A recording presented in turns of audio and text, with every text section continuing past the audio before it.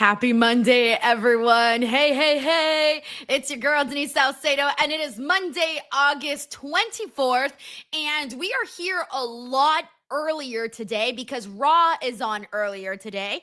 And instead of Raw being on at our normal time slot, it is on 2 hours early. So it is about to be 3 p.m. here on the West Coast, and it'll be a 6 p.m. start time over on the East Coast. So it's going to be interesting to see who makes it today for the live stream, considering that, again, I know a lot of people are, if you're on the West Coast, you're probably still at work. And if you're on the East Coast, you're barely like getting out of work, making your way home. So I know everyone's schedule is going to look a lot differently today.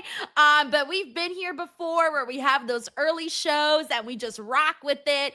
And, we just hope for the best. So I do want to go ahead and preview today's card, by the way. I was pulling it up here because you never know what to expect from these shows, right? Like you never know what it's gonna look like. So let me pull this up really quickly. Hold on, let me see. How do I bring this up? Okay, here we go. All right, so we got Oba Femi and Bron Breakker are going to be taking part in a contract signing. So that's going to be fun because I would imagine that we're going to see Oba and Bron Breakker get physical for the first time together. Then we're also going to be seeing Penta versus La Parka in number one contenders match for the to determine who's going to face Roman Reigns for the World Heavyweight Championship. So that should be a fun matchup and a cool moment as well. We also got Dragon Lee versus Ray Phoenix. That'll be so fun to see. This is going to be like a can't blink kind of match because I think it'll be really, really good.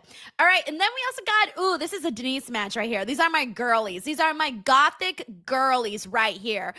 Stephanie Vaquer versus Roxanne Perez will also be taking place. And then we also got Solo Sikoa versus LA Knight today.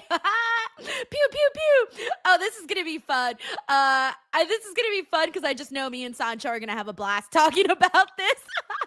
All right, so that's what's been promoted for Raw today. So let me go ahead and remove this and let me see. Stop screen. I gotta add the new screen, which is the Netflix tab. Alrighty, and so there you guys go. That's what we've got on the docket for today. So let's see how it turns out. Let me get the show ready. Hold on one second, everybody. We're about 5 minutes away from the show starting. Oh, Jesus, that's loud. Wait, isn't that Oba's theme song? Is this Oba's theme song? No, never mind. It kind of sounded like Oba's theme song. I just heard like the dun dun, like I thought it was Oba's theme song for a second, and I was like, oh, that's new that they would be playing it on Netflix like as a preview, but it turns out it is not Oba's theme song. All right, let's see who we got in here, by the way. Let me give some shout outs, see what's going on. Shout out to some of the Twitch homies. We got Rodell Media in the chat. We got Jacob. Hey, Jacob, welcome back. Jacob was hanging out with us on the last stream that we did for TNA. By the way, that TNA stream did really damn good. Holy shit. A lot of you guys showed up for that. I was not expecting that whatsoever. It did some pretty good numbers in my opinion. We also have Rod Killer over on the Twitch side, and we also got Cell VLVCVBM also with us. And then over on the YouTube side, let's see what we got in here. We got TN EdXXX. We also got Steven Reacts. Hey, Steven, thank you for supporting Denise's pieces, by the way. We also got Brett. He says, late for an early Raw. We also got Ahmad in the building. We also got Mr. GRK Chef 13. We got Young Jamie, Brandon Rosen, Fabian Valdez in here with us. We also got Sebastian Landa, who's hanging out with us, and plenty of others. And we'll kind of give some more shout outs as we go on with the show here. Thank you so much to Antony. That's a cool username, man. That's a cool username. That's funny. We also got Edwin Thompson in the building. We got Christopher LeClaire. We got Sebastian. I think Sebastian, you can get a double shout out. Munatami, Manthony. Thank you guys so much. I know that this is like a weird time slot, but we're good. We're good, guys. Let me see what we got here. We also got Sheldon Jackson, who once again is continuing his DWO membership streak. Sheldon, go ahead and I'm gonna send you some good karma for getting us started like this bright and early as always. We got D Martin 5th in the building. What up, D Martin? Patreon member D Martin 5th, by the way. He says, hola, Senora Denise, after a long weekend of DJing. Oh, hey. And he says, and a welcome back college party. Ooh, sounds like you had a fun weekend. He goes, in which my two most requested songs were two Nickelodeon songs, Leave It All to Me and Freak the Freak Out. I'm ready for Raw, hashtag pew pew. Okay, this is bad, D Martin, because I do not know either of those two songs, and they were your most requested songs, and I don't even think I know them.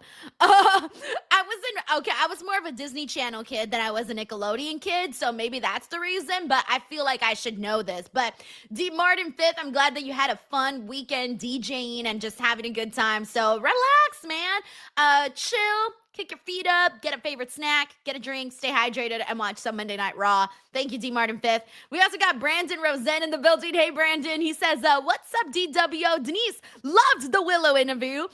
Fingers crossed for her at All In. Guys, remember I told you that you will love the interview that I was dropping this morning? I was like, I wonder if people are going to figure it out that they will love it. I was stupid. I couldn't think of any other hit besides that. Anyways, Willow Nightingale, I dropped an interview with her this morning. If you guys haven't seen it, go check it out. We shot it right before, as she heads into AEW All In. She's going up again. This is the biggest match of her career. She's defending her AEW Women's World Championship against Mercedes Moné at Wembley Stadium. So think about that. This is a crazy week for her. And I believe I think I was the first person to chat with her since she's won her AEW Women's Championship. So that's pretty huge because we really got into like what it meant for her to become champion. She's she was, oh my gosh, she was so inspiring. I think if you kind of need like a Monday motivation sort of interview, this was the Monday motivation interview that I think we all needed. So go check it out. It's here on the channel. Again, me and Willow Nightingale. Brandon, thank you for being one of the early viewers on that. We got Henry Kiernan. By the way, we're still about 11 seconds away. Henry Kiernan says, hey, DWO. Hi, Denise. How are you doing today? I'm doing good. It was weird today, though, because normally this is the time that I eat dinner. Yes, I eat dinner at 3 o'clock. I know. And so I was debating the whole time if I was going to eat dinner before Raw or after Raw. Well, guys, I ended up eating dinner before Raw at 1:30. So it's gonna be my day's a little weird today because of Raw. Normally I have a routine, so my routine was a little disrupted today, but it's all right. It's all right. I'm feeling good. Hopefully you're doing good, Henry, and thank you for all the love and also for showing some love on that Willow interview as well. We got Earl Smith. Hey, Earl, you're back. How are you? He says, hey, Denise, Raw is going to be great. I really hope so, dude. I'm really excited about Oba Femi and Bron Breakker's contract signing. That's the thing I'm most looking forward to on top of all of the lucha matches. Thank you, Earl. And for the Silver Star, he also asked, Denise, no Roman tonight? He wasn't promoted today, so I don't know if he was promoted anyplace else. I think they would have put his name on there if he was promoted, so I'm going to say probably not. Also, thank you, Earl, for all the silver stars. He says, what will Solo say tonight? That I don't know, but also Solo Sikoa finally has a Pew Pew shirt. So if you haven't seen that already, he does have a Pew Pew shirt. Canada, Ottawa, Ontario, and tonight we're in the home of the National Hockey League's Ottawa Senators. The Canadian. All right, I lowered the audio just a little bit, so let me know if you guys can hear that all right. Oh wait, I love that Stephanie Vaquer shirt. Is that Stephanie's shirt new? Am I just seeing this? Because that's fucking adorable. That Stephanie's shirt is so cute. Oh my god, I'm sorry guys. But bootstrapped is what his shirt says. But it does look like it says big ass instead of big cast. Because the C almost looks like a barrier between big and ass. I'm sorry, guys. I don't like that t-shirt that Big Cass is wearing. It looks like it says big ass. Alrighty, Earl, thank you so much for the silver stars, bro. Thank you, thank you. We got Undunk in the building. Yo, what up, Undunk? He says, good evening. Have you had the chance to catch the 5-star? Oh, no, I have not. You know, I started watching it. Can I tell you, I started watching it the first, like, few minutes.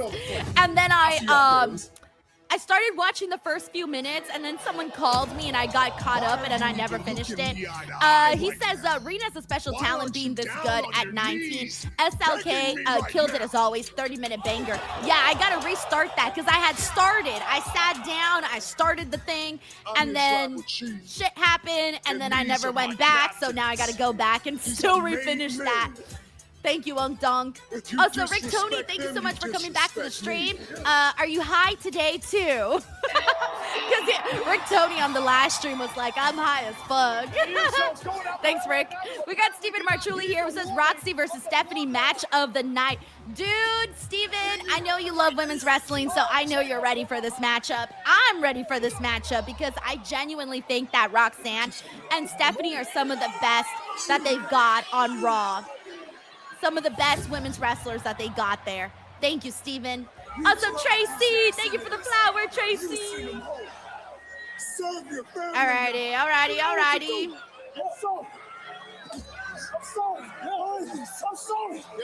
Mr. GRK Seth says, my Roxanne versus Stephanie tonight. Get the tank. Ooh, who you rooting for? Roxanne or Stephanie?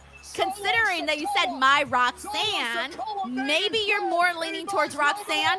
Mind you, Roxanne's been getting so many losses. I can't imagine that she's winning against Stephanie today. If she does defeat Stephanie today, it's because there was outside interference by like Liv Morgan or Raquel, because I can't imagine that Stephanie would lose, considering this is you know, she just came back. So I can't imagine Stephanie's losing tonight. Thank you so much, Mr. GRK Chef. 13. Oh, okay, so we're kicking off with the LA Knight versus Solo Sikoa. Get your pew-pews ready. Pew-pew, pew-pew. We gotta get the pew-pews ready. Well, oh, you guys can do, I think they have water guns in the emojis. So you guys can do like water gun emoji for our pew-pews. Thank you, Earl Smith. Yeah. Corey, what we got Anthony Soli who says, pew pew! Last week, LA Knight, well, at least for the time being, Fabian throws the us in. Solo Sikoa who delivered the spike heard round That's the so world. funny that pew pew is now our favorite wasn't thing. born with enough middle fingers. That's so LA crazy. Knight has to be on top Anyways, of the who's world working right now? after Who's leaving working? the Who got off OTC work in a heat early? courtesy of the I don't know. What's the BFP schedule last like at week this on time of Raw? the day for you? Also, Spike Hunter, yo! Thank you so much again for continuing your DWO membership giveaway streak. Yes, thank you. Dragon Knight says it's the pew pew era. I'm in my pew pew era. Are you in your pew pew era? We got Hoodboy the Real here says LA Knight, a draw with massive dollars, the future, not dimes. We got the next Kobe Bryant is J-Zo, who says, happy Monday. Hey, yo, thank you for tuning in with us. Spike Hunter says, hey, DW, I totally forgot Raw was early. Everyone always does, trust me. Every time they change the time slot, people are always like, oh, no, I forgot. You got to write this stuff down, or else you won't remember this.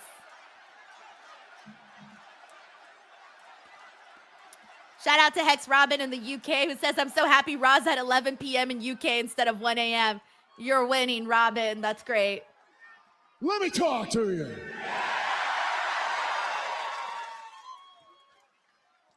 The man they call the megastars in the building in Ottawa. And I just can't help. I've had my sights set on that World Heavyweight Championship, and since I'm standing right here in the Canadian capital city, I feel like I need to talk about a capital C coward in Roman Reigns. Ottawa. That's okay. Some of you can feel a little mixed about that. I understand that, because I'm a little confused about it myself. Because here's a man who, at WrestleMania, he won on his own. Here's a man who at SummerSlam he won on his own. So somebody make sense to me why it is the last few months he's been sending every single family member he can to come find me, send empty threats, all these things he can do to keep me away.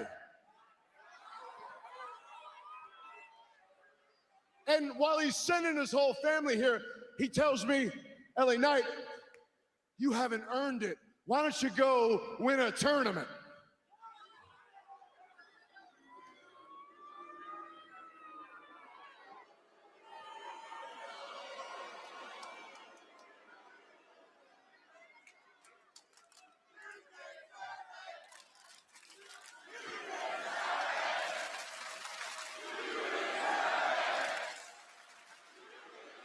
Ottawa's very kind.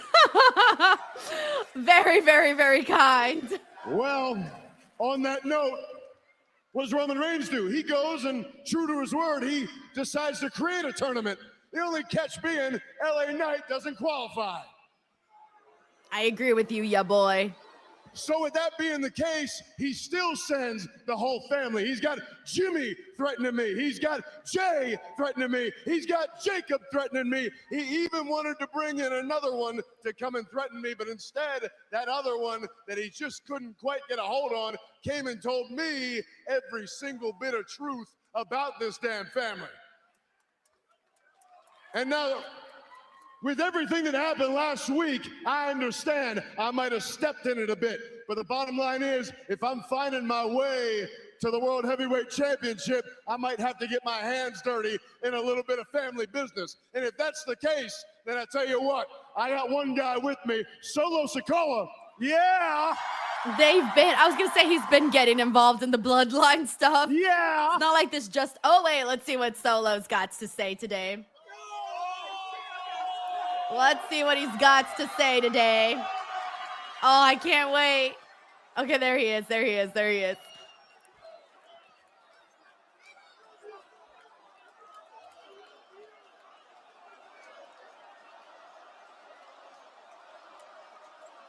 Like, this is Solo's moment, guys. This is his LA. moment. Let me talk to ya. It's so stupid. It's funny. I just want to say what you did last week. Thank you.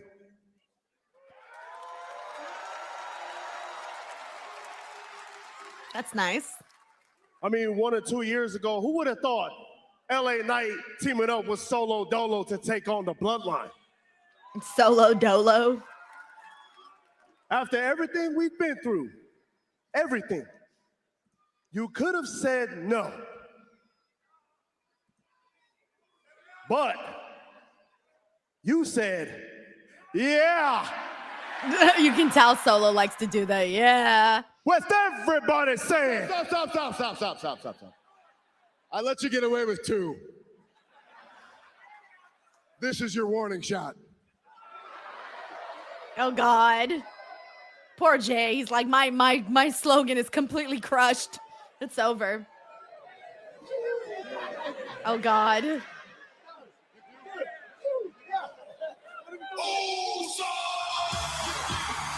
Guys, what was this? I was kind of hoping that Solo got to talk more. I believe it might be I wasn't a wise expecting decision that to for just be Solo to it. get out of Dodge while he still can. Like, they didn't really say much, Jimmy you know and what I Jay have mean? arrived. I was expecting some more in there. Main event. Both anointed as captains within the bloodline by the tribal chief. By the way, himself. thank you so much to Earl Smith here, who says Stephanie gonna win over Roxanne, Denise. You think they'll become? Hey, Jay. Yeah, I think Stephanie will Looks win like too. we got Yes, a funny I agree. guy here in the ring tonight, huh? Thank you, Earl. Real funny. I bet you thought it was funny last week when you decided to go against your own brothers. Yeah. I bet you thought it was real funny, hilarious even, when you decided to spike the tribal chief. Hey, Solo, you still got consequences coming to your asses. Hey, and this your warning shot. Bah! He needs to stop doing that. They murdered his catchphrase. Oh no! Solo's mocking him. He's doing a slow motion fall. I think he's the one, No. bro. You gotta do in the damn Matrix. Look at Okay, that that's gonna stupid be a shirt GIF he got now. on. How about this? We about to run the play. Both of us. He's about to totally body gonna be a both of GIF y'all. now. About to take both of y'all heads back to the OTC. Yeah. Guys, he murdered Jey Uso's catchphrase. If I were Jay, I would retire that Well, it catchphrase. sounds like you two want to fight.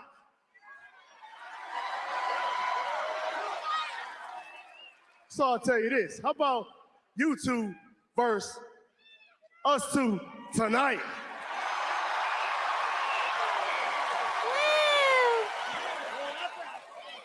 Check this out. Hey, yo, LA Knight, you ready to fight? Yeah, You got my back. yeah. You got my back? Pew. Oh God. Pew, pew. Oh God. If you don't understand, what that means is those little shriveled up oofalafas, you can be carrying them between your legs at the end of the night. Oh, They all no. get smacked back to factory settings. This Oh, your no. war on this side. Pew. With everybody saying, Oh my gosh. This whole promo was like 99% catchphrases and then like a couple words here and there. No doubt about it. The challenge has been issued. Solo Oh my and LA Knight gosh. joining Thank you so much forces to Earl for Smith, Battle by the way, for the Usos. silver stars. And Ladies and Chewy316 for the gentlemen, gold ringside coin tonight, and Michael Orlando Cole, for the Corey silver Graves, star. and the world Thank you, champion man. Roman Reigns must be seething over what he perceives as this I betrayal felt like from the Solo Sikoa. opening All segment the OTC can do tonight is watch as the drama unfolds. But Roman also felt has his very, eye on a very particular tournament babyish. taking place. Indeed, there is a #1. I feel like they could have been funnier in some moments, but they kept it relatively simple. I guess that's fine, but this felt more like a promo segment for an 8-year-old than, you know, a grown-ass 30-year-old person. But it was cute. It was cute, but it wasn't really like anything to write home about. Penta one step closer to Mexico City.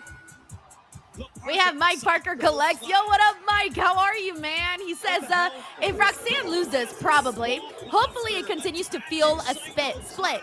Either way, can't complain about all that Latina heat.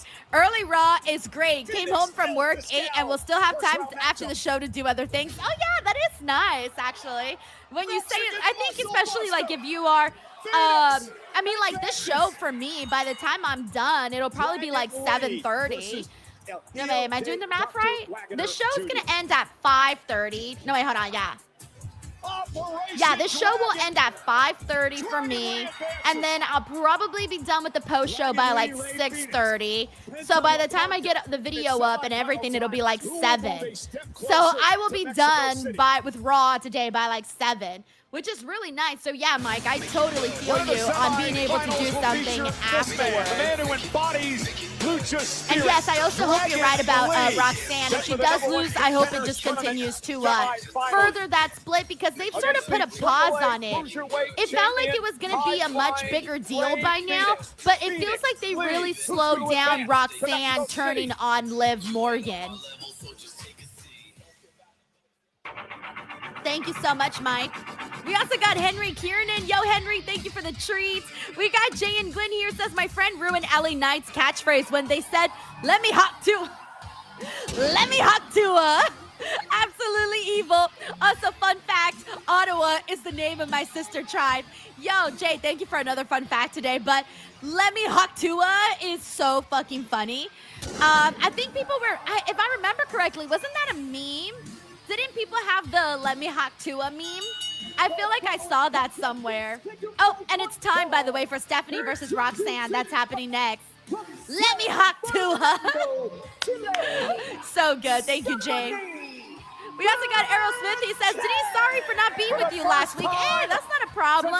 You don't got to tune in every day. It's not mandatory. Tune in whenever you want. Thank you, Errol. Against Roxanne Perez.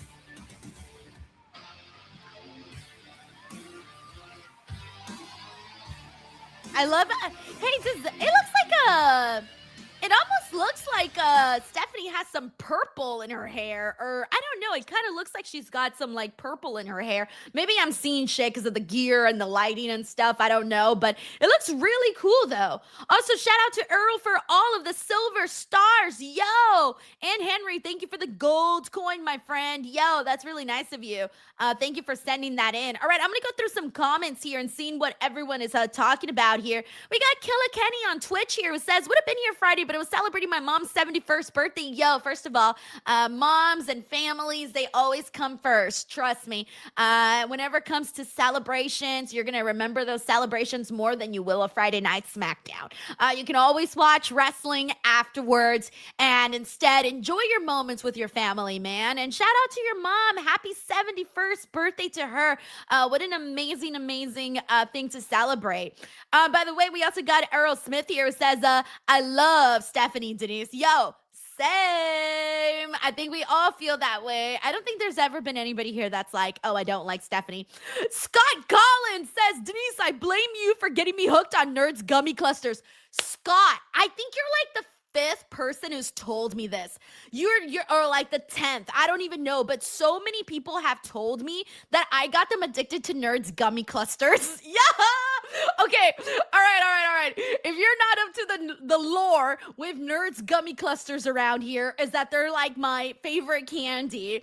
My holy trinity of candy is Nerds Gummy Clusters, Trolleys, and fuck. I need a third. I should have my third. Why don't I have my third? I think my third kind of depends on my mood. Right now, I would say M&M's Peanut, but I know that's not totally accurate right now. But anyways, I'll go with that one. But yo, Nerds Gummy Clusters, let me tell you, they are life-changing. Oh, I love Razzles. Got to put Razzles in there. But Nerds Gummy Clusters, I got a lot of people addicted to those. I think Dawn, thank you for the chili. Dawn, I think you might have gotten addicted to the Nerds Gummy Clusters because of me too. I remember you mentioning something like that. Yes. Yep, there we go. Dawn said, yes, I'm one of them. That is so funny. Oh my gosh. You know, Dad Tezzy Tez has Nerds promo codes. They should totally fucking sponsor me, by the way, for out here spreading the word. I'm out here doing it for free, working for a hot dog and a handshake. Thank you, Earl, for the silver star and the gold coins, by the way. It's so cool of you to do. Let's see what else we got in here. Let's see. Yeah, we got the infamous DJ1 here says, gummy clusters are good. I'm a gummy savers guy. I'm sweating just thinking about it right now. But yeah, a lot of people hadn't tried Nerds Gummy Clusters. Like a lot of people recently like started discovering them. Like it's been happening quite a bit. Combo events coming to Edinburgh, Texas. We got Patricia here says I should grab some on the way home. Beware though, Patricia, you're going to get addicted. Tickets are on sale now at WWE.com. DD Big here says, did you get the Nerds Gummy Cluster cookie from Crumble a few weeks ago? No, I try to stay away from Crumble because I feel like they overdo it. You know what I mean? Like they overdo it with the sweetness. And I don't like stuff like that. I don't like when it's like, eat a cake with a cupcake, with a cookie, with candy, and like everything stacked together. I don't like that. It feels like I'm gonna get like diabetes from like one cookie. You know what I mean?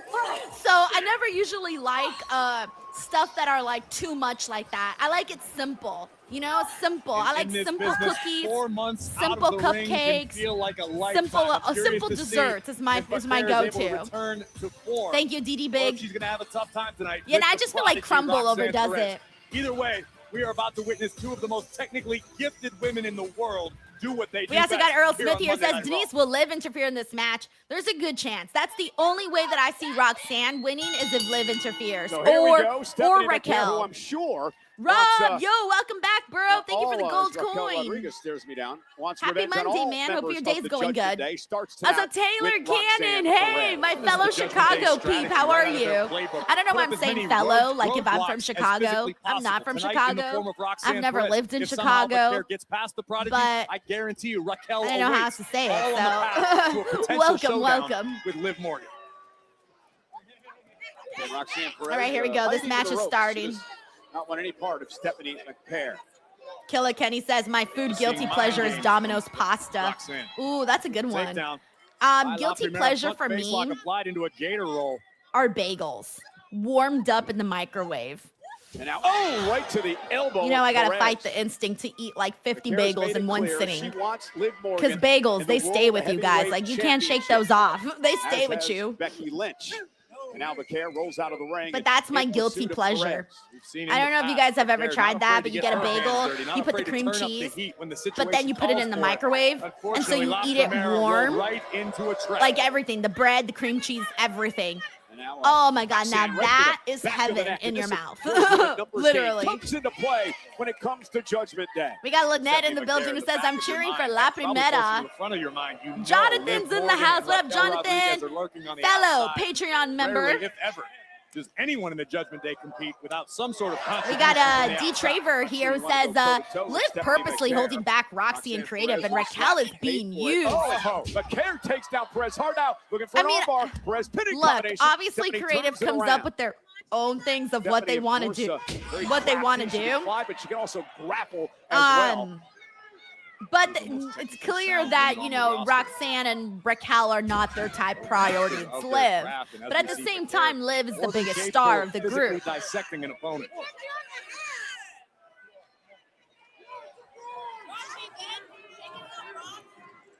Whipping Perez across the ring. We got Steven Reacts here, says the white chocolate macadamia nut cookie at Subway's the goat of all Subway cookies. Dude, I love Subway cookies. Subway is low-key slapping with them cookies. I think they have like a cheesecake raspberry one, or one of those cookies. Those ones are fucking bomb from Subway. And now the leg scissors around the waist. We got the Stone Immaculate here who brings up a good point. He says, tired of Adam Pearce not banning Judgment Day from ringside. LOL, they got to be trolling at this point. Literally, like he acts like he's blind, like he doesn't even see it. He's in good shape for a moment, but again, Vaquer finds herself on top.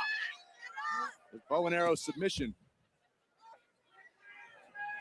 Oh, her gear's green. When she did her entrance, it looked purple. Really wants to oh my God, I'm colorblind. This whole time I thought I was seeing purple and it's green. That's crazy. Gold. If you want to achieve greatness in this Rob game, says just realized Ra's on early. I was confused.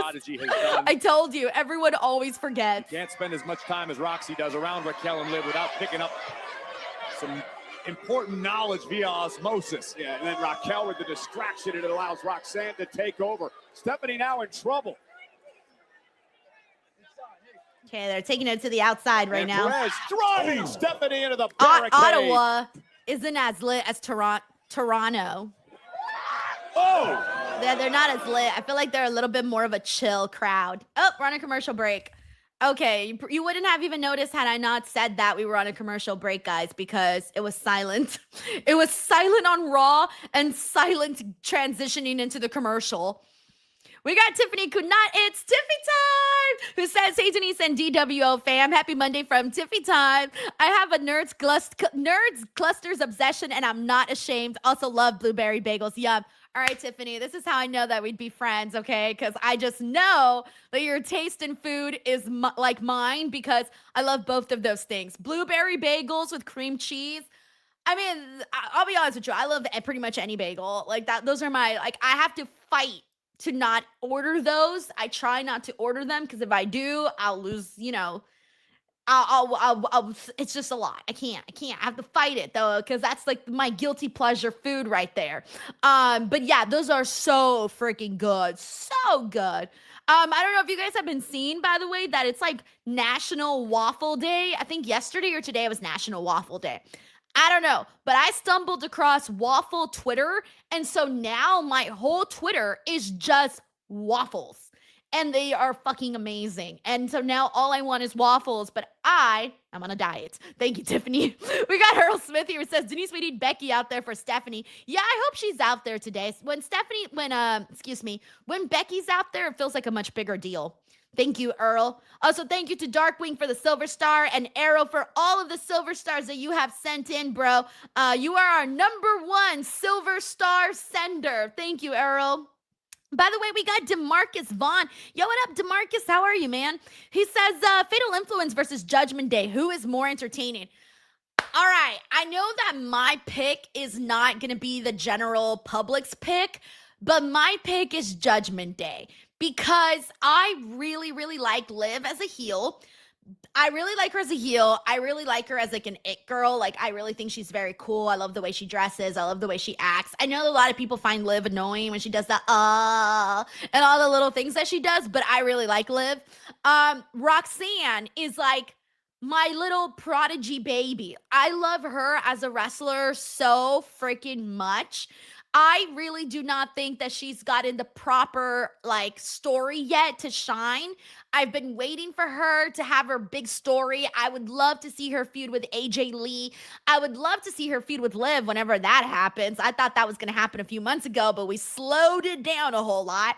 Raquel, she's phenomenal. I would love to see Raquel have more hardcore matches because I will never get over how much I love that street fight with her and Rhea Ripley. Now, over on the Fatal Influence, JC Jane is a really good heel too. Like, she makes you so mad, but I don't think she annoys you though. I don't think she's annoying though as a heel. She's just a really good heel though. And then Fallon Henley, I love, but more so as a baby face. Fallon Henley, I can't wait for the day that she finally says that she's fed up with JC Jane and turns on JC Jane. I have been waiting for that even when they were on NXT. And then as for Lainey Reed, I feel like I've only ever known her within the worlds of Fatal Influence. So I can't really say too much about her because I don't ever really feel like I got to know Lainey Reed on her own. Like, her whole identity has pretty much been Fatal Influence. But I know I'm a bigger Judgment Day fan, but I think a lot of the people here are going to say Fatal Influence. Thank you, DeMarcus. That was a really great question. Perez in control is again Vaquera. You know what? I'm going to put it in a poll, everyone. Let's do a poll. Here we go. Who do you love more? Well, you got to win tonight, Stephanie. Liv, I like this Roxy, Raquel, or Fatal Influence? But it's wearing Vaquera down slowly while also keeping her in close quarters. Not allowing. All right, here we go. We got the poll starting now. That's to answer DeMarcus's question. Who do you love more? Who's more entertaining? Who are you more invested in? Throw 1 if it's Liv, Roxy, Raquel. Throw a 2 if it's Fallon, JC, and Lainey. I'm going to throw a 1 in there for Liv, Rox, and Raquel. Those are the tricks of the trade that Roxanne's picked up since spending time in the Judgment Day. Alongside Morgan, but yeah, I'm really excited about the future of Fatal Influence. Oh, dirty dump. Roxanne Perez driven into the second turnbuckle, and you can start to feel the momentum beginning to shift a bit here, perhaps. Oh, damn. Forearm and a slap by. Ooh, nice combo. Right in the midsection. Oh, Jesus. Kick to the gut. Did we ever see Asuka versus Stephanie Vaquer? I can't remember. I don't think we ever got them one-on-one, right? Maybe in a tag? That may have been the opening. Did we ever get them in a match together? Stephanie and Asuka? I don't remember. But I was thinking about that right now because I love Stephanie's combo and I love Asuka's combo all the time, dude. When she hits those strikes, I'm like living. There we go, Devil's Kiss on Little Roxy. Her pops have been rocked. Her pops have been rocked with this Devil's Kiss. Better figure it out in short order. Stephanie's like another Devil's Kiss, another dollar. Revive the prodigy. Trying to coach up Roxy from the outside. Perez with a kick. Stopping the care in her tracks, at least momentarily, but I think it might have just irritated Stephanie. Also, Henry Kiernan, thank you for the makeup brush.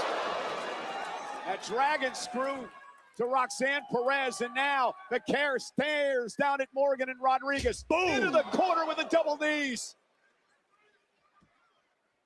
Cover. Perez kicks out at 2.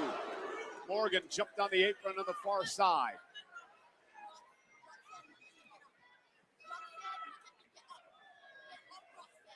Get up, Roxanne. Women's World Champion on the outside trying to motivate Perez, who's now trapped in the clutches of La Primera. Yeah, looking for her finishing move there, but Roxanne able to at least momentarily get out of it. That kick will drive Roxanne out to the apron. Smart decision by Perez to try to create more space. Rolling to the outside, but Vaquer giving chase. Not allowing Perez to head outside the ring, grabbing the apron.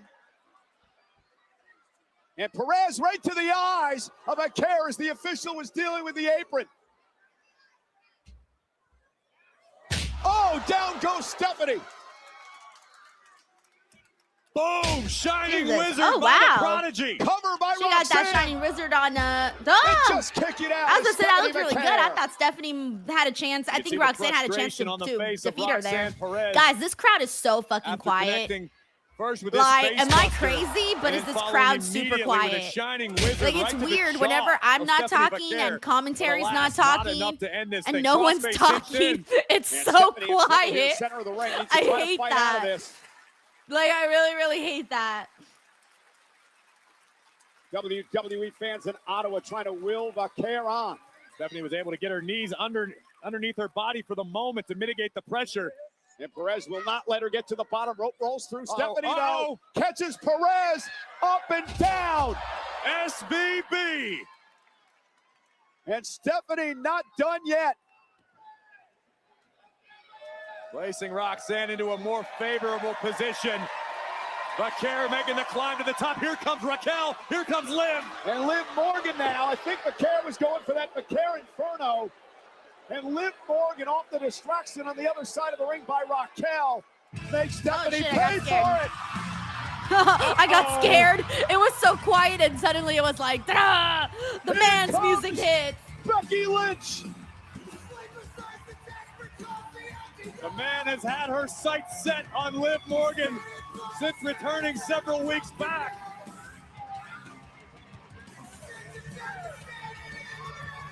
Look out, Bex. Oh, Raquel's trying to get her. I like the way Raquel's like creeping up behind Becky. Raquel Rodriguez But to she's get so involved. tall, so it looks Driven so into the steel funny. steps. Here comes Perez. Mr. Oh, GRK down says goes they're Stephanie. taking a nap. Perez now. Infamous DJ Flynn That says moonsault, appreciating the the work, I think. springboard. Stephanie I moves know. out of They, harm's I'm way. sure they are, Vaquer but now, center of the ring it's with just Perez. weird though when it gets super quiet like that. Oh, Nice. knees right to Jesus the Christ. face. Covered That's by it, guys. It's Vaquer. over. Look I was at like, it. ain't no way Roxanne kicks out of that. No way at all. That match was good. I just wish the crowd was more alive for See it. Vaquer after the official count at 3 almost breathed a sigh of relief. BTW, we got David Primero who says, confused Monday today. What time did Raw start? Raw started 34 minutes ago. Yep, Raw, I think next week we're back to the normal time slot. But for today, they started earlier, David. Thank you.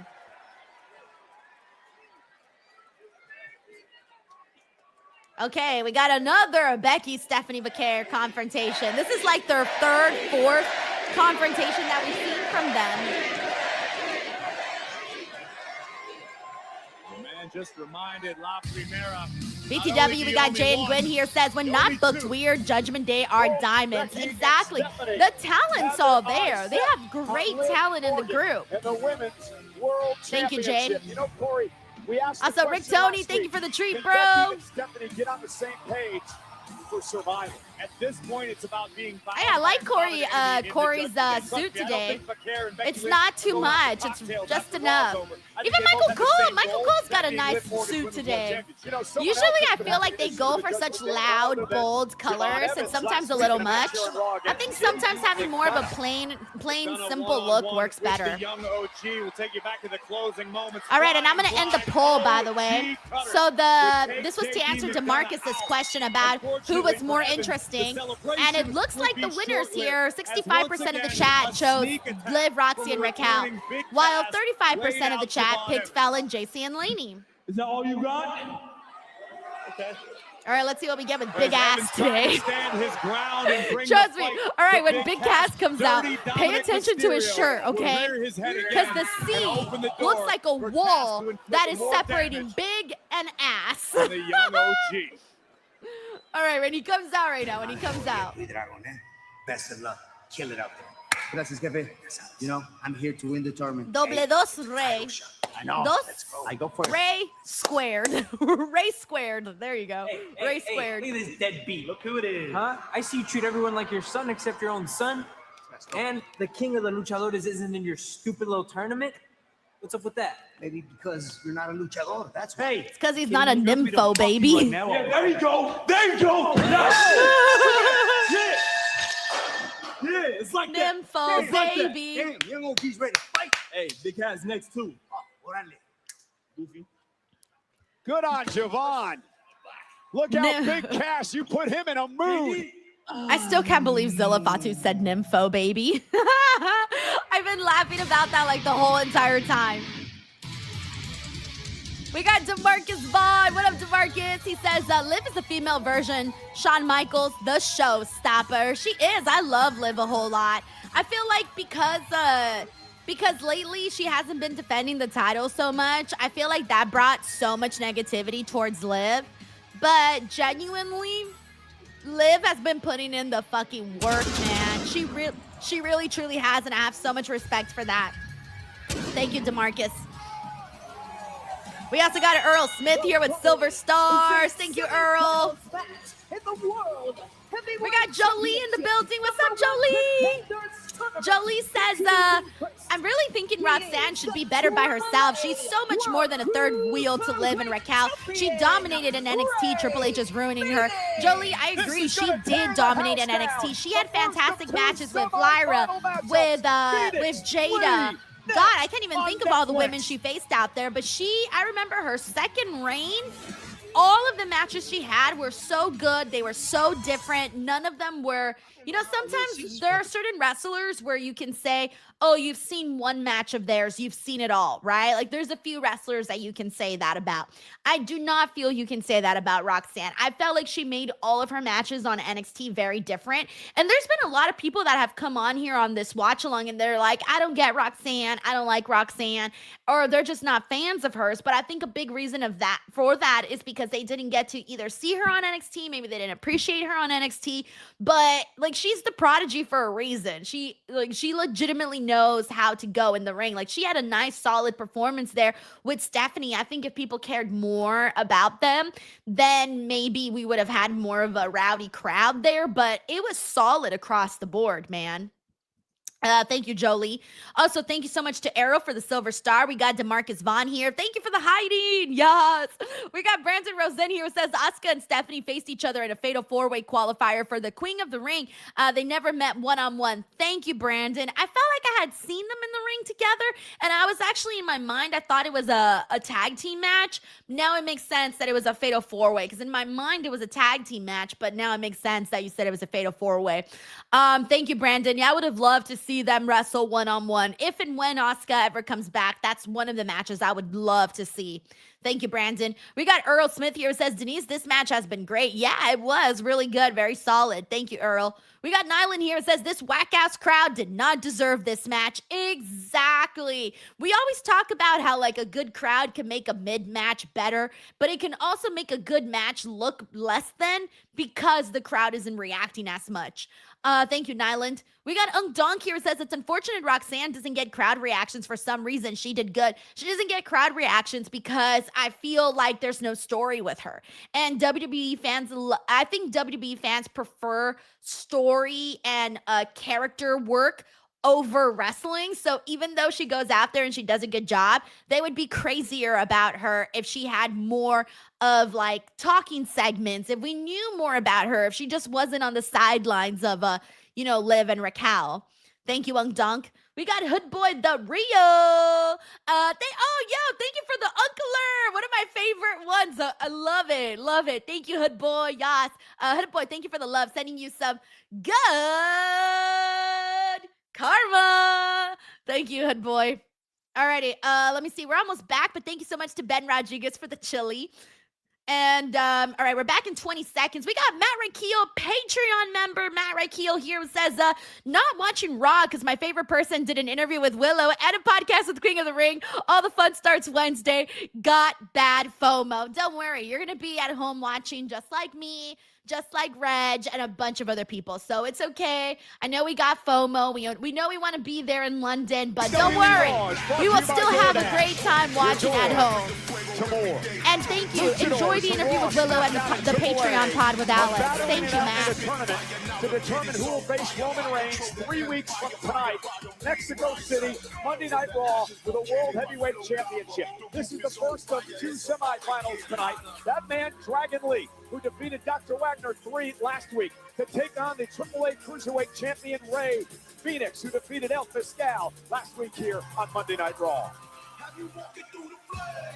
And Rey Fenix, Corey, has a busy week. Tomorrow night on NXT, he'll defend the Cruiserweight title against EK Prosper. And then he's in a big 6-man as part of AAA this weekend. Yeah, this coming Sunday, Rey Fenix will actually join forces with Dragon Lee and his brother Penta to battle Los Perros del Mal at Ola de Calor in Edinburgh, Texas, to kick off Sunday. Yeah, part of the big doubleheader with NXT Heatwave this Sunday. So it's Phoenix and Dragon Lee. Fasten your seatbelts. This is going to be a high-speed clash. So, Ottawa, Ontario, you have been cleared for All right, here we go, guys. Dragon Oh, Lee, thank you so much, Switch Deep. He says Willow interview was lit. Thank you. She's the best, isn't she? She's so fucking cool. I was telling everybody that it was like a Monday motivation. Hall of Famer, the general manager of AAA, he dubbed Dragon Lee the future of Lucha Libre. It was Rey Mysterio who dubbed Dragon Lee the future of Lucha Libre. And at the beginning of the entrance music for Rey Fenix, you hear the word animo, which roughly translates to the spirit. Here we go, here we go, here we go, here we go. Which Rey Come Fenix on. fancies himself the embodiment of. It's going to be a fast-paced matchup. As You know me, I love these Dragon types Lee, of how do you knock matches. off the Cruiserweight This champ is tonight? what does That's it for a me, great guys. question, because Rey Fenix has looked downright untouchable. I love the since fast capturing shit. the I love the Cruiserweight high-flying Championship stuff. back at Noche de los Grandes. I love the He's spots. already had 7 successful defenses Yes. of his Cruiserweight crown. This is what fuels my soul. Tailgate to start. All right, this is what fuels my Friday Night soul. SmackDown. Dragon Lee, part of Monday Night Raw. Ironically, this is the 15th time in their careers that Phoenix and Dragon Lee have shared the ring, but actually the first time they've ever competed one-on-one. Yeah, it's an interesting That's fact. crazy, I looked at actually. some research today. I thought for sure That they is had crazy. done A one first some- one-on-one match between them? Wow. Chopapalooza. Oh, what a kick to the Ah. midsection by Dragon Lee. Dragon I guess Lee's the more I like, think about Rey it, if I'm Mysterio Dragon loves Lee me or Rey more, Fenix, Rey basically Fenix. what And you Rey can- all Phoenix you is can like, hope for in a no, Rey situation like Mysterio this loves is me waiting for more. your opponent to make a miscalculation. Because they both They're love few Rey and far Mysterio so between. much. Wrecking ball drop kick by Lee. But that's going to be your best bet to gain and maintain an upper hand. A mistake by the opposition. Phoenix in the corner. Here comes Dragon Lee now with a drop kick. And a cover on Phoenix to advance to the finals next week on Monday Night Raw. The winner will take on the winner of the match later tonight, Penta versus La Parca. Let's take another look at the impact. First, the height. Full extension on both legs from Dragon Lee. But what a kick by Rey Phoenix. Bang! Yes. The goodbye amigo kick by Phoenix. Now on the top rope, Dragon Lee trying to make his way back to his feet. Phoenix is Move, Dragon Lee. No, he didn't move. Damn. Lateral press. Dos, leg. dos, Lee amigo, kicks out at dos. 2. Yeah, I was about to say, y'all can't end this match already. You're gonna leave me with blue Take balls another around look. here. I need a And little bit Dragon more. Lee with the flying cross body, driving all the wind out of Dragon. Oh, and a goodbye. Oh, fuck, you amigo got him on the, again. Apron. Wait, you got him twice Phoenix with is that. Holy rolling here, shit. Corey. Fucking trying to decapitate We've come Dragon to Lee. expect from the At first I AAA thought it World was a Cruiserweight replay Champion. because he had done that Moonsault takes Lee earlier. down. And nah, he got him twice. This is exactly what these two luchadors had to expect from We got one James another. Evan here who says, Raw is lucha. Dragon Lee being rolled back inside. Here comes Gotta do Phoenix. the clap, bro. Gotta do the clap. Oh, wow. What a German suplex nice. released by Dragon Lee. Kick now to the face. And just that quickly, Dragon Lee can turn the tides of the Vámonos, matchup back into his own cabrones. favor. Don't mind me. Up over the top with a Tope con Hilo. Dragon Lee in control. I had a Who's little gonna minute. advance Look at that. to Watch, the watch, finals watch, watch, of watch. the tournament? Look at the snap that he does, but for it looked different, like higher. He always does it that way, but it looked a little bit it looked a little bit extra today, okay? A little bit extra. We got Mike Parker collects Patreon member Mike Parker, who says, may have fallen asleep last week, so I did not get to give the DWO an IG update. He says, almost to 16.5. It's nice to see my work pay off. Thank you for letting me share. Not many in my circle understand. Oh, I get it, bro. A lot of people don't understand like how much work it is to grow on social media or any of that type of stuff. Like, people think it's easy. It's not easy whatsoever. And so like something that may be a big accomplishment for you, maybe some people that are around you may not fully understand it, but I understand it. So bravo, amigo, bravo. Thank you, Mike. We got Mr. GRK Chef 13 who says Roxanne was also the first Ring of Honor champion 60 years ago. Think about that. Like, how old is Roxanne right now? Wasn't she like 19 when she won that title? When she was Roxy? Because she's 24 right now. So fuck, was she 9? How old was she when she won that title? Because I remember her being very, very young. Extremely young, because I remember seeing that happen.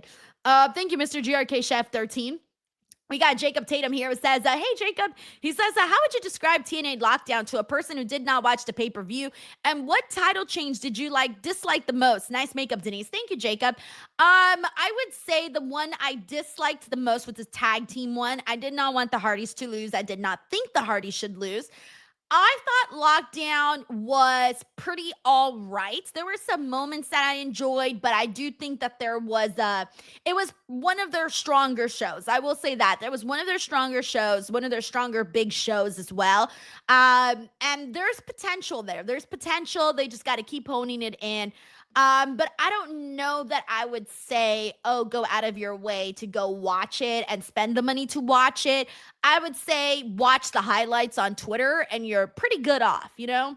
Thank you, Jacob. Also, thank you so much to Earl for the silver stars. Thank you, Earl. We got DeMarcus Vaughn here who says, who would you say is a better transitional champion, Jinder Mahal or Sami Zayn? It's time for LA Knight to become champion. Yeah. Well, here's the thing, though. Jinder Mahal held the championship for far longer than Sami Zayn did. Sami only had 9 days, didn't get to do much with it. So, unfortunately, I have to pick Jinder Mahal, because he had it for a longer period of time, and poor Sammy only got like a few days in. I don't even think he even had a defense in between that. So for that reason, I gotta go with Jinder, DeMarcus. Thank you, bro. We got Earl Smith here says, Denise, are you on Thursday nights for TNA? I'm on Busted Open on Thursday nights for TNA. I usually just watch like without streaming. And then afterwards, we're back on Raw. I usually watch without streaming, and then I just hop on and I do my show, and then that's it. I call it a day. Thank you, Earl. Also for all the silver stars, dude. You have broke the silver star record. Yes. Phoenix now. Dragon Lee up top, able to slip behind. Also, shout out to Mr. Tucker, who's hanging out with us over on Kick. Down to the midsection. High octane offense from Lee. Infamous DJ says 100 on the highlights. Right? It's a highlight show for sure. Float over. Wow, sit out power. Yeah, AJ, exactly. Like Jinder held it for like what, 140 days or so? Like he held it for a very long time. Dragon Lee, tremendous resilience from Ray Phoenix. Maybe 150 days. I don't even know, but it was like well over 100 days. Executed to perfection. Yo, Fuzzy Balls, thank you for the stay hydrated. And I will stay hydrated, actually. Good timing, good timing. Around the world.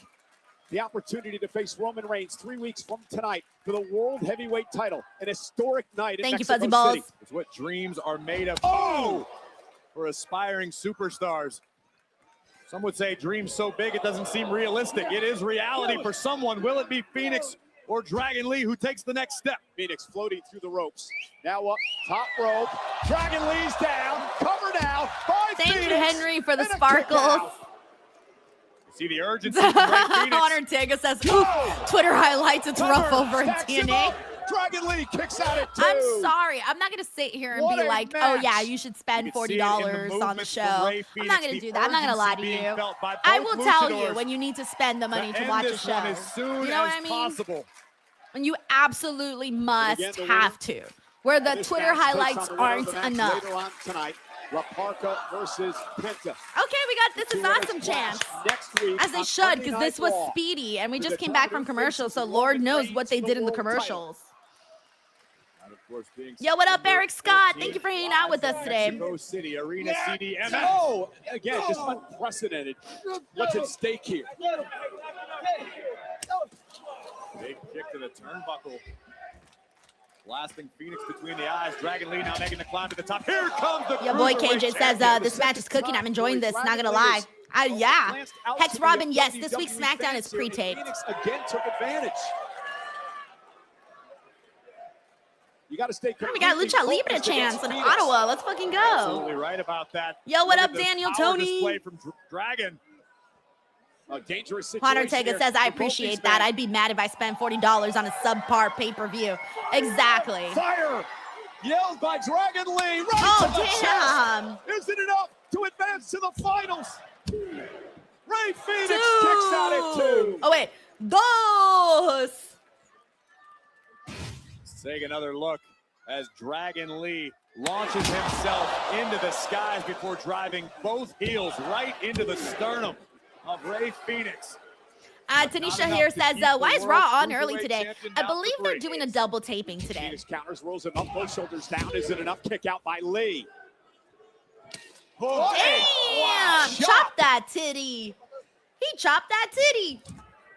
Oh, and a kick drives Phoenix to the floor. And now Ray Phoenix. This match is Get the hell out of the cooking. way, Graves. Dragon Lee. Oh, Jesus. Bounced off Smashed the his announce head, desk. smashed his head again.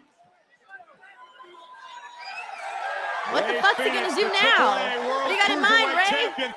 Oh, got Oh, caught. he was going for it again. Face first off the announce table. What the fuck is Dragon Lee's about to do a dive, Dragon I think. Lee looking to scorch the earth Yep, here. yep, I Look think he's out going for it. below. Spread his Move, wings. ref. Fly Oh. with fire. A cannonball through the second row. Y'all Taking see Phoenix that out. shit? I don't know how Yo, that didn't I thought break he was just Phoenix gonna do clean a in half. dive. No, he did like a dive with like My a fucking God. flip. I don't fucking Dragon know. Lee Give me a literally mother launched effing himself, replay. Graves, like a cannonball Give me a when he replay. came through the second rope. Bro, he went like And this, what a and nasty then like landing this. for the Cruiserweight I champion. can't explain Spine it. first on I the can't column explain of it. our Commentary announce saying it was like a crashing to the cannonball. floor. This It is what the happened so opportunity at stake fast. means to both of these Dragon men. Lee, you son of a bitch. You're Can incredible. Dragon Lee finish the job? Tornado DDT. That was Phoenix crazy. is planted. Lee could be headed to the finals. Dude. Phoenix somehow stays in it. Fucking Dragon The Lee, action bro. has been absolutely unreal since the opening bell. And there's nothing we can say. to Look enhance at that. what we just Oh. saw. Dragon Lee launching himself like That a was weapon sick. to That the was really outside, sick. Following up with a tornado That was really, DDT. really sick. But kudos to Ray Phoenix, who would not stay Like, down. you see what happens, guys, when they let them wrestle differently, when Dragon you don't Lee have to trying go out figure there and do what he the needs to same do fucking to put Phoenix 5 away. moves. Dragon wanted Operation Dragon. Yeah, but Makes me Phoenix so happy. Brainbuster. Jay Grouse Dragon says, Lee why are they staggered in doing the wrestling corner. on my sports The entertainment double knees to the program? face. I don't even want to say what I want to say, but I'll Phoenix say it after this Putting match. Lee in position. But I think This some of could you guys be might it know what for I'm Ray going to say Phoenix. about this. Oh no, Dragon Lee counters. Roll through. Lee. Dragon Lee able to hang on. An homage to his former tag team That's partner. patched up. The Styles Clash. Phenomenal. Uno, Dragon Lee. dos, Phoenix kicks out. dos. Phoenix kick out. It's what this tournament means, Cole, to every luchador in the world on the roster. To I can't wait to Mexican tweet about fans this match. all over the universe. Hey, The that's chance to me. challenge Roman Reigns for the World Heavyweight title. That's what this is all about. Dragon We got your boy Lee here who with says, Phoenix bro, this in match his is straight up sights. fire, man. Phoenix rolls through. Oh, wow. That's got to Don't be end the it. match. No, not yet, not yet, not yet. Move by Phoenix and a No, kick out by not yet, baby, Lee. not yet. Incredible. Fleet Pete says this should have been the opener. The Infamous passion DJ in One this says, one good luck on a following whole this wow. different level. Sebastian Phoenix says, trying was that to an summon the RKO? will to Yeah. finish the job. Jersey Dad says, wow, they're actually wrestling Dragon for Lee once, stops him in right? his tracks. We got Back Go and Birds here forth says we this go. match. Double Thomas Enziguri. Brunette says fight forever. Kick to Oh, the face. Jesus Christ. And now Phoenix again, looking to put Dragon Lee away. Mexican Nice. muscle buster Nice. cover for One, the win. 2, it's over. 3. And Phoenix Bravo! Here is your winner, the Triple A World That was fun. Cruiserweight That was very fun. Ray Very fun. Phoenix. We got Hood Boy the Real here. It says impressively good luchadors draw massive dollars. I These believe, boy. luchadors delivers that and then some. Here This we is see okay. both luchadors I'm gonna say the thing that I was gonna say. And I know some people are gonna get mad, but there's a lot of people that are very tribalistic, and they absolutely hate and talk so much shit on AEW. But then we'll see a match like this and we'll love it. Now, what if I told you you can see this like at least 3 to 5 times on every AEW show? How would you feel about that? To topple a very Just throwing it out there, guys. Just throwing it out there. Ray Phoenix. Just putting it out advances there, to the guys. finals next week Jersey on Dad Monday says, Night yup. Raw. Juan Who Ortega will says, join all him? facts. Will it be his brother Penta? I agree. Or Master will it be 77G says Laporta? WWE needs to We do find more, out not later handcuff on them. tonight. Exactly. Hex Robin here says, I will say I thought Dragon Lee was going to win a couple of times. He looked fucking awesome in this match. Doubles here says, you ain't wrong, Denise. Marky Dark says, very true. Jeff White says, 100%. Chewy says, broaden your wrestling horizon. That's exactly what I mean, guys. Like, if you like this, then you will like AEW if you've never seen before. Ooh, what is this? Who is this?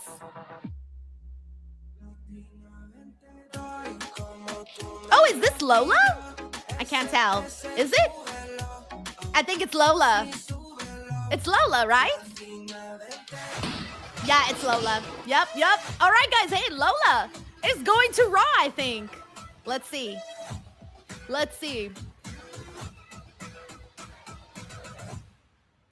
September 14th. September 14th. The king of the ring, Oba Femi. Yeah, Raw Mexico, guys. Raw Mexico. Lola Vice is making her debut on the Raw in Mexico. That's September 14th. Nice. All right, I got a tweet really quickly about Dragon Lee and Ray Phoenix. They're getting paid $5 to beta Oh, test. wait, hold on. Let me mute the commercials, guys. Let me put Dragon Lee versus Ray Phoenix. And oh, wait, I put Dragon. I forgot the Lee. And I need to put emoji, lightning bolt. Oh, not lightning bolt, flame emoji. Copy, paste, and post. All right, cool. Alrighty. I had to get my tweet in there, you know. All right. Let's see what else we got here. So yes, Lola Vice is officially coming to Monday Night Raw, which will be sick because now it's really going to be the Latinas running Raw, guys. Roxanne Perez, Latina. Raquel Rodriguez, Latina. Stephanie Vaquer, Latina. Lola Vice, who's coming to Raw, Latina. Bailey, if she comes back, Latina. Am I missing anybody else? I hope I'm not missing anybody else. I'm sorry if I'm missing somebody else. All right. Let's see what we got here. By the way, we got Ung Donk here says, do you think Roxy's height might be a factor? Stephanie looked like twice her height. No, I don't think it's her height because she's a great wrestler. I don't think it's her height. Plus, there's lots of girls that are around her height that have done a lot in WWE. Like, look at Sasha Banks. That girl is hella tiny. Alexa Bliss, hella tiny. Like, there's a lot of girls that are doing a great job that are hella tiny. Kendall Gray on NXT. When she goes to Raw, she's going to be tiny as fuck compared to all the other girls. But you know what? She's going to do well. Why? Because she's a hella wrestler. Thank you, Monk Donk. Water Ticker says, Salcedo sounds like reggaeton. Latinas. Just keep going. Oh, man, that's so funny. All right. We got Fuzzy Balls in the building. Yo, what up, Fuzzy Balls? Thank you so much for this generous super chat. Fuzzy Balls says, why WWE sucks is Ric Flair would have defended his title at least a dozen times in a 4-month period. Unlike a certain female champion, Ric Flair would retain, but he would make sure to put his opponents over. WWE should do better. This is all on WWE when it comes to that, guys. If you're mad about somebody not defending their title, not having many matches, that's all on WWE. Like, they're the ones. I mean, because if you think about it, Liv was wrestling. She was part of the tournament which she shouldn't have been part of the tournament, but she was. But she was out there and having matches. She just wasn't defending the title. That's on WWE. They put her in the tournament. They had her not defend her championship. That's all on them, baby. Thank you so much, Fuzzy Balls. We like fighting champions. We like fighting champions. Thank you, Fuzzy Balls. We got Jane Gwynn here says, okay, that's it. Give me Dragon Lee versus Bandito now. Oh, man, Jane Gwynn, I wish. We got Awesome Sauce Radio. Yo, Awesome Sauce Radio, thank you so much for the super chat. It's really nice of you to send that in, by the way. Thank you, thank you.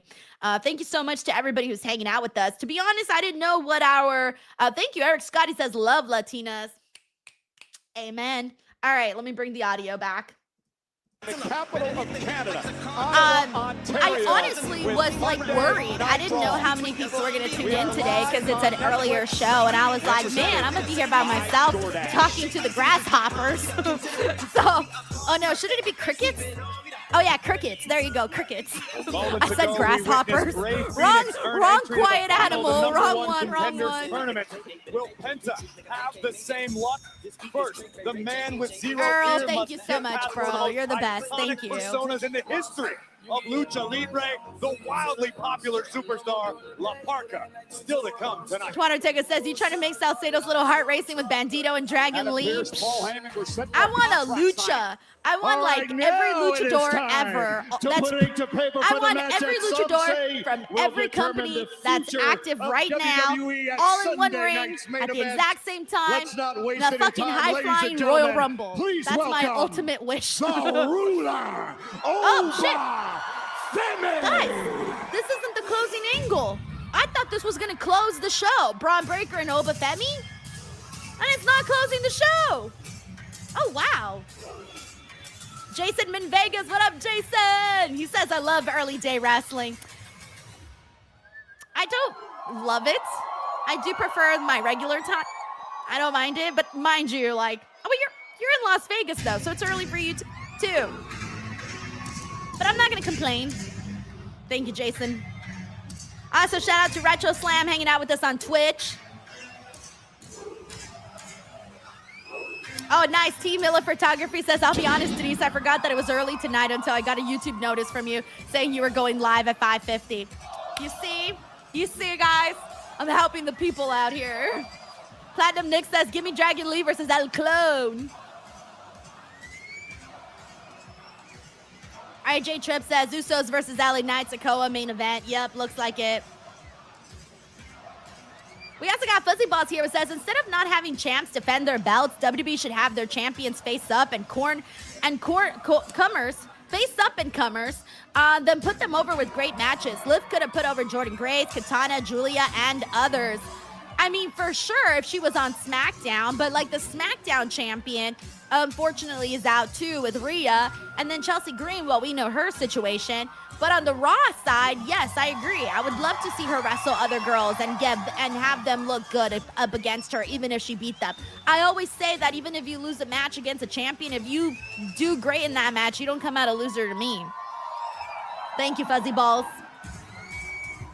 All right, let's see what we got. Oba out here with his nice little fancy t-shirt. Oh, yes, Kiana. Did I read Katana? I read it the way you spell it. But yeah, Kiana James.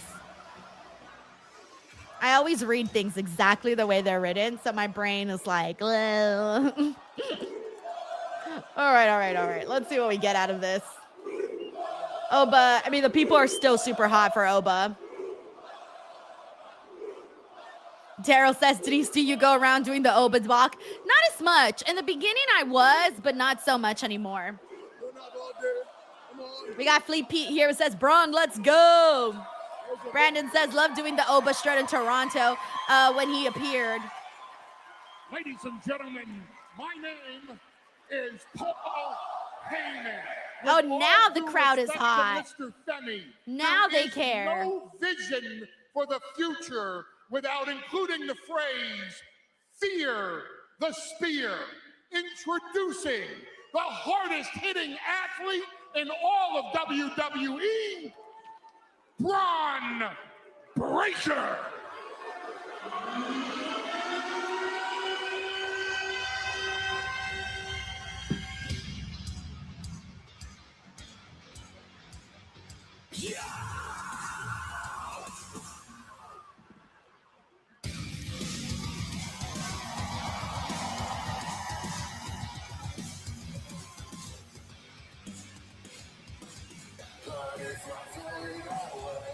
Braun Breaker has been beside himself over the past few weeks, ever since Oba Kira Femi God says, did was Penta wrestle already? Nope, not yet. the That should next probably be big after this. thing in WWE.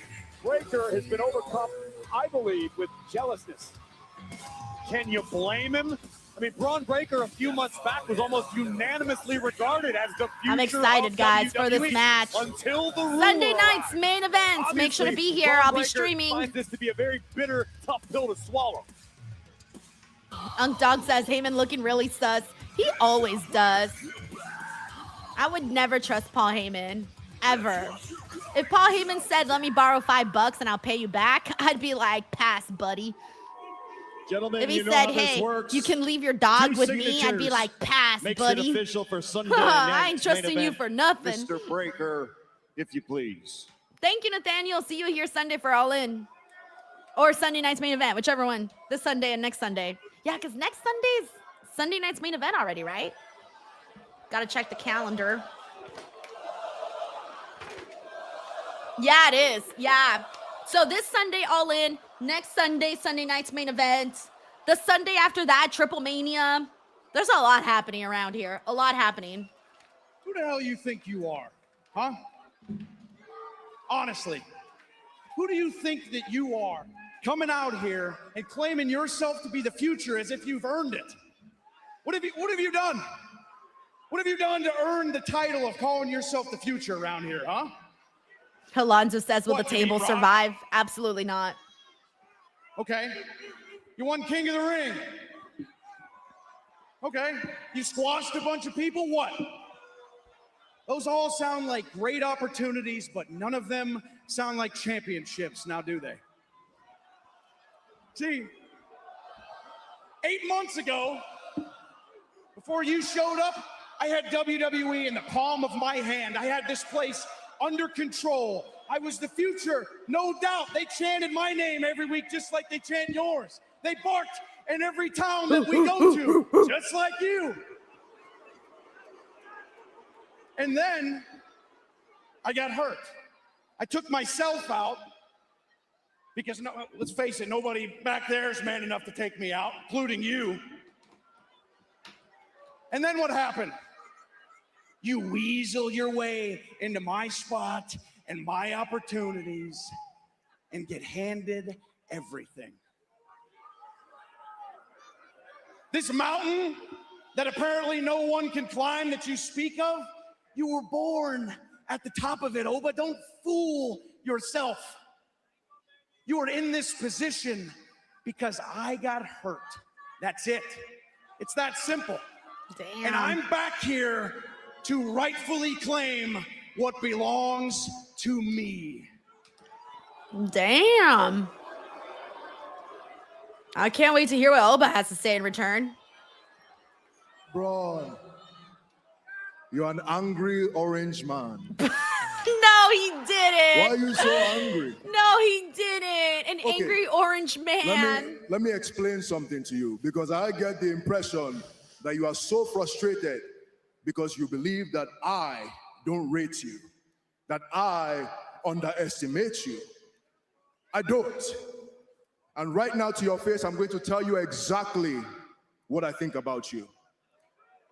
I think that if you debuted in 2002 and ran against John Cena, you would be the face and the future of this place. Damn, I also throwing shots think at John Cena. That if you broke into the business in 2015 and ran against whoever the big dog was back then, you would be the face and the future. But Bronny boy, this is 2026, and you have the unfortunate privilege of running against Oh me. shit, that was good. That was good. That was good because while doing that, he also kind of And like this- threw every This Cena is and the Roman part of the out equation where the the. mathematics threw them stops making under the sense bus. to you, because you can't understand that because I exist, your chances of being the face of this place have drastically gone down. Everybody catching strays The from dogs Oba are today. barking, Braun, they are barking. Roof, roof. We are barking off the wrong tree. The You're outclassed. on every level. And on Sunday night's main event, I'll show you that I'm the ruler, the destroyer, the bringer of war, the future. Oba Femi. Ah, shit. Oba Femi pretty much won this one, I think. He got me with the orange part.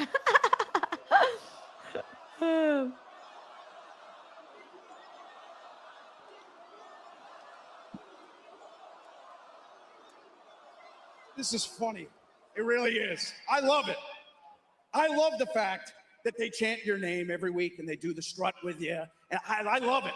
I love the fact that everybody in the entire world loves you, counting me out, thinking you're just gonna roll over me like this is any other Oba match, right? I'm gonna tell you exactly what's gonna happen to you so that you can go home and prepare yourself for what's coming. I'm gonna force you to fight me in the deep waters. I'm gonna take you out there. You're gonna get tired. Your lungs ain't gonna have air in them. Your legs are gonna go. You're gonna be a sorry wrestler in the middle of this ring who thought that he could compete with a real dog like me. Damn, he's saying Oba gonna get gassed. A big shadow with your entrance out here in the arena with these people. But in this ring, in this squared circle, I'm gonna own you, and you will spend the rest of your career living in mine. I don't think Oba's buying any of that. But Bron's being underestimated here, I think. The guy, the future. Well, I'm Bron Breakker, the guy that Oba Femi could not beat. Oh, interesting. Interesting. I like Bron Breakker's confidence. I really like that. Please. And don't underestimate Bron Breakker, guys. Do not underestimate him. This motherfucker can go. You want to sign this?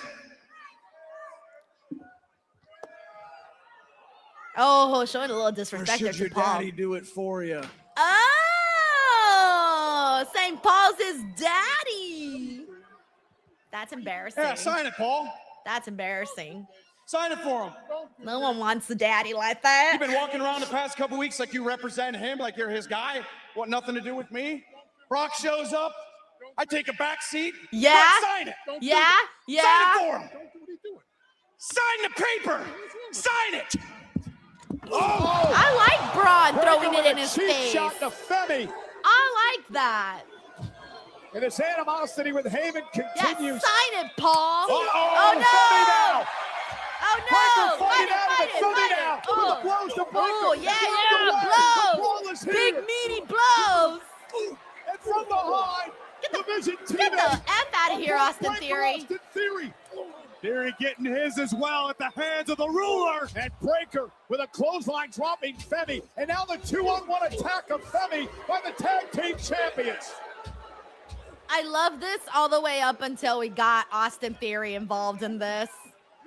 I wanted Bron to handle Oba on his own. Oh, here we go, here we go, here we go. Went for a Oh, spear. no! Femi He caught booted with a him. boot. And Oba refusing to be made an example of. I think Oh, he's gonna make an example of Theory guys, here. Uh-oh. Bron landed really Through the nasty. table goes Austin Theory. Austin Theory was just there to go through the Somebody with table. a message. The bringer of war Austin is ready Theory for was just Sunday there night's to main go event. through the table. I'm dead. They were like, we need someone to go through the table. It ain't gonna be Bron and it ain't gonna be Oba. It's gonna be Theory. But also, yo, Bron Breakker fell out of that ring nasty. Y'all see how his head went? His head fucking like went right on the apron. Like it looked nasty, actually. I loved this segment. This was fire. This is exactly how I will have you come the 5th. Sunday night's main event, you're running away, and you're running from me.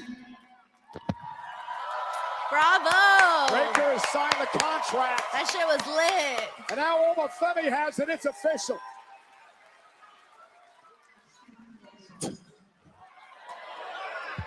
Hey, somebody gotta go file that.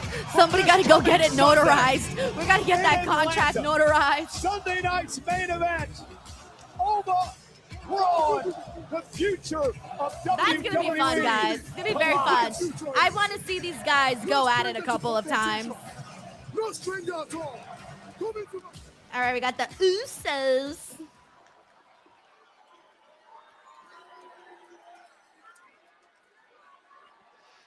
I don't think their audio's working. I can't hear what. Oh, there it is. Man, Jacob, after last week, I really think you should just be back here, Oos. Chill out. Me and Heat Man got a play to run tonight, Oos. Yeah, what you want to get active tonight? What you trying to fight tonight? Scary ass. Ain't even do nothing You last shut your ass up. The OTC told me to stand down, and that's exactly what I did. How many times we gotta go through this? I don't listen to you, and I definitely don't take orders from your punk ass, Jay. When the OTC tell me to run the play, that's exactly what I'm gonna do.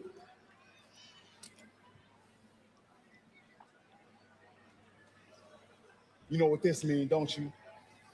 That means we the captains, Zeus. We call the play, you run it. As a His matter little of fact, chili. Matter of fact, what? yeah, as a matter of fact, won't you stand your ass in the back, stand around, and do nothing? And do nothing. Fucking Jay. That was unintentionally hilarious. And do nothing. I can't wait for The Fatu Usos to are- finally like snap at Jey Uso and be Taking like, on I'm LA Knight tired of Soldier hearing about tonight. you. The captain's called to play. The Samoan werewolf All is to righty, stand let me see what we down. got here. We got Saeed Din. What up, Saeed? He says, good for Phoenix, starting to click for him in WWE. I mean, hopefully they don't forget about him after this whole tournament, though. I fear that after this, he might just go back into the shadows. Hopefully not. I'm hoping they don't forget about him. Thank you, Saeed.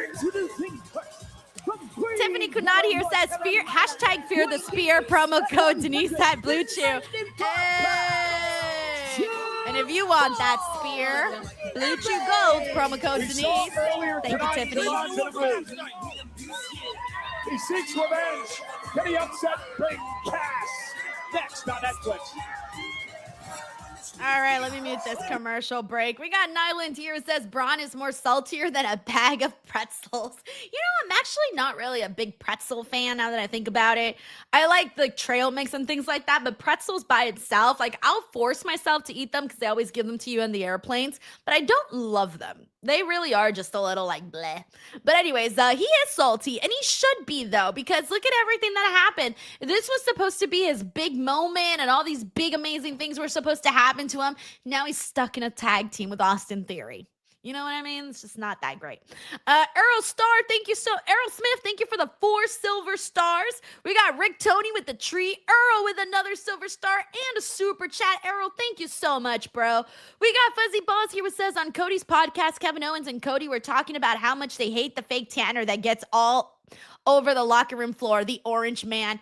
Yeah, I gotta tell you, it's not ideal. Can you imagine going like with someone who tans a lot, the fake tanner stuff, and they got that stuff everywhere?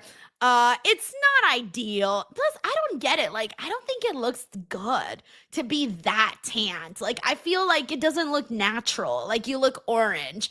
I feel like you gotta get a nice color that is natural for you. You know what I mean? Like, if you're looking orange, that's not the color. Choose a different one. Choose a different color. Because there's some good tans. I forgot who we were talking about. Soruka last week had a really good tan.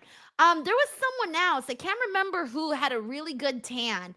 If I see them again, I'll remember. But you can tell a nice tan from a bad tan. Thank you, Fuzzy Balls. We got David Primero here who says they had both put Austin and Maxine in the table. No, I'm glad they didn't do all that. Thank you, David. We also got Bip Hillis will return, who says, thank you for the super chat, who says, do you think St. Louis deserves WrestleMania? The crowd at Backlash 2025 is the best crowd of that year in the U.S. They have the Dome 65K in that setup. Dude, I kind of remember that Backlash, and I kind of remember that they were a pretty lit crowd. I always feel that, look, 65K in that dome, I think that would be pretty sick. Like, I do think it would be awesome. I have nothing against St. Louis getting a nice, big, giant WrestleMania. I'm all for it, dude.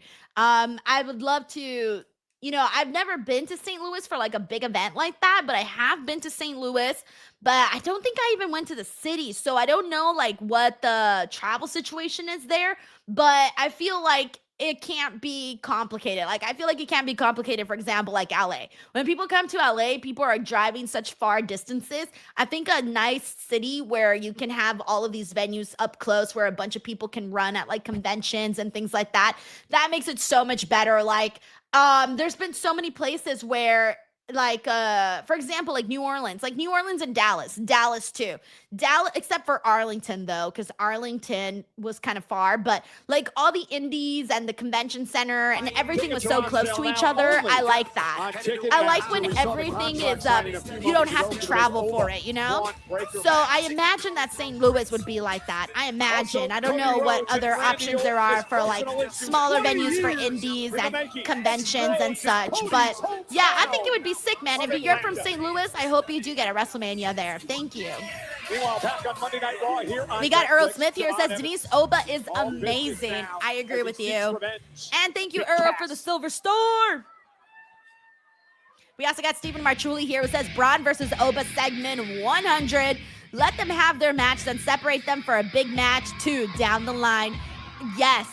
I'm telling you guys, like, I would love to see these two in Hell in a Cell, like, eventually. That would be so fucking cool.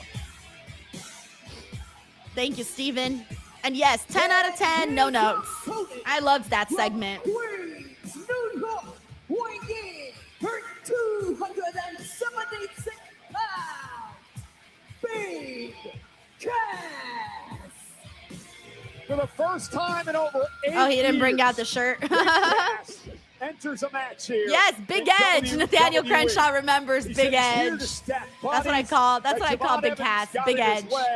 And he wants to take out Evans. We got Fuzzy Balls here. Says too many blondes in WWE. Super happy Tiffy dyed her hair pink. Yeah, that was different. I saw the picture. It's definitely different. I like it. She'll rock it. She can rock it. She's been changing her hair a lot too lately. Because remember she had the black streaks not too long ago, and now she's got the pink hair. So I think she's like exploring, trying to find what really works for her. And hey, you're a WWE diva. Like, they all have colorful hair. Like, do it, It's the one job that you can really go out there and mess with your hair and explore. Oh, fuck. Jumps out of harm's way. So have fun with it. I think Tiffany is having fun with it. Early on. Javon Evans. Thank you, Fuzzy Balls. Oh, caught by Cass. And there's the power of the big man. Cutest says, I've missed Raw. Where's the show today? It's in Ottawa. Evans dumping yeah. over the top rope to the floor. Not sure Cass was expecting this from Javon Evans. Also, we got Jane Wynn here who says, Cody talking about Tanner is goofy. Bro was yellow. He was. Not too long ago, too. I think it was during his, he had a promo with CM Punk on a SmackDown, and he was yellow that day. Yeah, I remember that. It was not too long ago either. Just sent over the top rope and to the floor. Here's Javon's taking an ass whooping right now by Big Edge, who 8 years ago hit rock bottom, had a lot of issues in his personal life. Josh Kenton says, what does Big Cass have against wrestling with tights and boots? Hey, if I interview Big Cass, I'll ask him about that. I talked to Big Cass earlier today. Fuck, bro! Is it it's like beat him with an axe on the back, man. Look yourself in the mirror and take on the blame. You mean accountability? Exactly. Novel concept. Big Cass has not done that. He is still blaming everyone else for his problems as he sends Evans into the barricade. He still doesn't understand why WWE fired him. He doesn't understand. Juan Gonzalez says it's hilarious to see her Denise say Fuzzy Balls so much. That he pulled himself out of the ditch by himself. I mean, it's y'all's usernames, right? It's all users' names. Also, shout out to the cool default Juan. To this point in his life, and he's forgotten all about them. And it's to your point, has Awesome Sauce Radio says LA is a horrible city if you don't drive. Oh yeah, you'll be spending lots of money on like Uber and stuff. Like you're better off renting a car if you're like gonna spend some days out here. Sneak attack smaller superstars from behind. Dude, it's like getting hit with a tree trunk. The way that Big Cass hits Javon, it's like getting hit with a tree trunk. Big Cass who's taken over.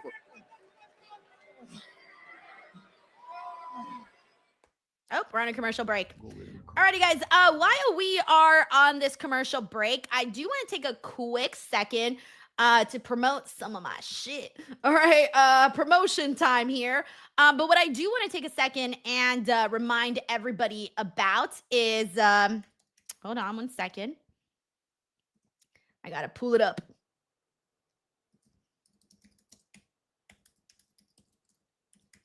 Give me a tiny second. Okay. Here it is. Okay, let me mute this. Okay, let me remove that. Hold on. Remove. Stop screen. Present. Share screen.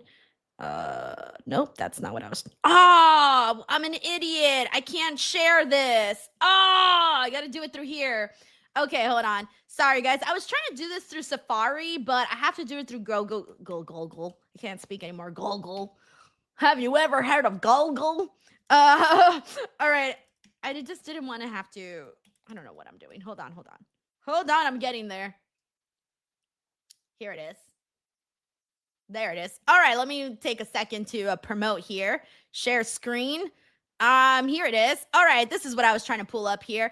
I don't know how many of you guys are aware of this, but I have a clips page that I've been posting a lot of clips on. Well, technically Brian, who you guys know as Tempest from Wrestle Talk, Brian has taken over my clips page. He's been a huge help in getting me and helping me get my clips up and stuff. So we've been posting a lot of shorts. We've been posting a lot of videos, and basically we have everything here. So if you see all of my interviews, you guys know that I've dropped so many. Willow's interview today was my 90-second interview. And what do you call it? You know, some people don't have time to watch 20-minute interviews, 40 minutes interviews, 1 hour interviews. Hell, some people don't got time for 12-minute interviews. So if you're that person and you want to watch interviews that are a lot shorter, you just want to watch certain topics, head on over to Denise's Pieces. As you can see here, I have everything in categories, you know, big white text that'll tell you exactly what it's about. And I put them all out here so that you can pick and choose whatever it is that you actually want to watch.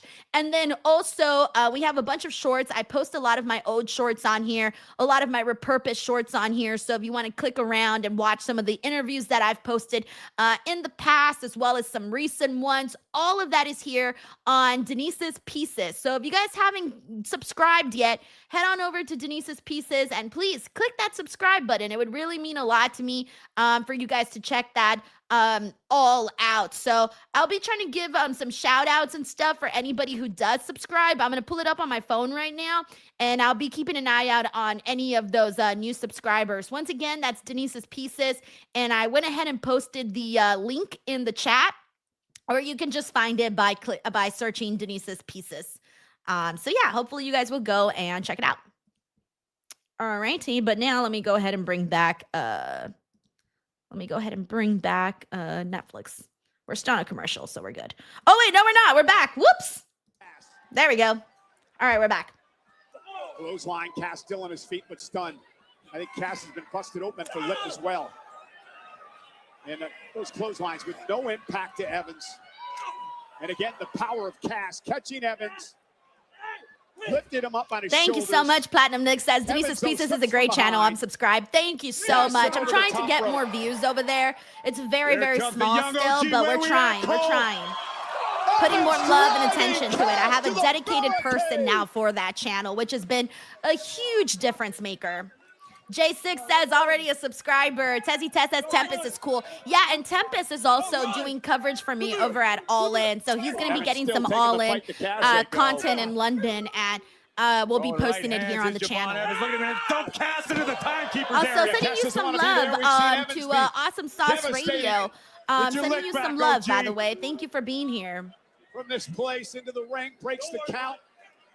Javon Evans Yay, thank you, Mr. Muscle, who subscribed. Woo! Shamika Andrews subscribed. Yes. I'm going to pull that up, by the way. Give me 1 second. There goes Javon. Cass driven into the barricade, and Evans has got a chance. Come on, Javon, you got to get him back in the ring. Get him in the ring, Javon. Teach him a lesson. Well, I don't know if this is as much about a win and a loss as it is respect. Well, at this point, Cass bleeding from the mouth needs to respect Javon Evans. Evans has taken the fight. Don't mind me just yelling, holy shit. Oh, yeah. Oh, yeah. Hey, I'm about to whoop your ass. There we go. And Evans unloading. A sense of urgency now for the young OG. Evans just pounding away at Cass, who's covering up in the corner. That's how you handle your business like a grown man. That's how you handle your business like a grown man. Cass is That's sick. falling out of the That's timekeeper's area. Evans has got an opportunity. Cass sent back into the ring. Get on him, OG. Here we go, Evans. Pow! Red dot. Down goes Cass. Evans is going up top. Also, thank you so much to everybody who's Come on, line up subscribing your to that shot. channel. Springboard. Down goes Cass. We're growing, The baby. big man One is step at a down. time. It could be out. But anyways, Big Cass and Javon are killing it right now, though. Javon's gone through hell and back with Big Cass. And with almost all of his opponents, I feel. Talk a little smack. Here it comes. Looking for the OG cutter and Big Cass from behind, driving Evans. Evans grasping his hamstring. He came down on the apron. It's incredibly painful. Oh, and a big boot about decapitated Evans. Oh, I mean, look, he wasn't gonna lose, but it still hurts to see. It still hurts to see him lose like that. It still hurts. Man, what a fight from Javon Evans tonight. But in the end, the big man just a bit too much. Hey, he's even bleeding a little bit from his mouth.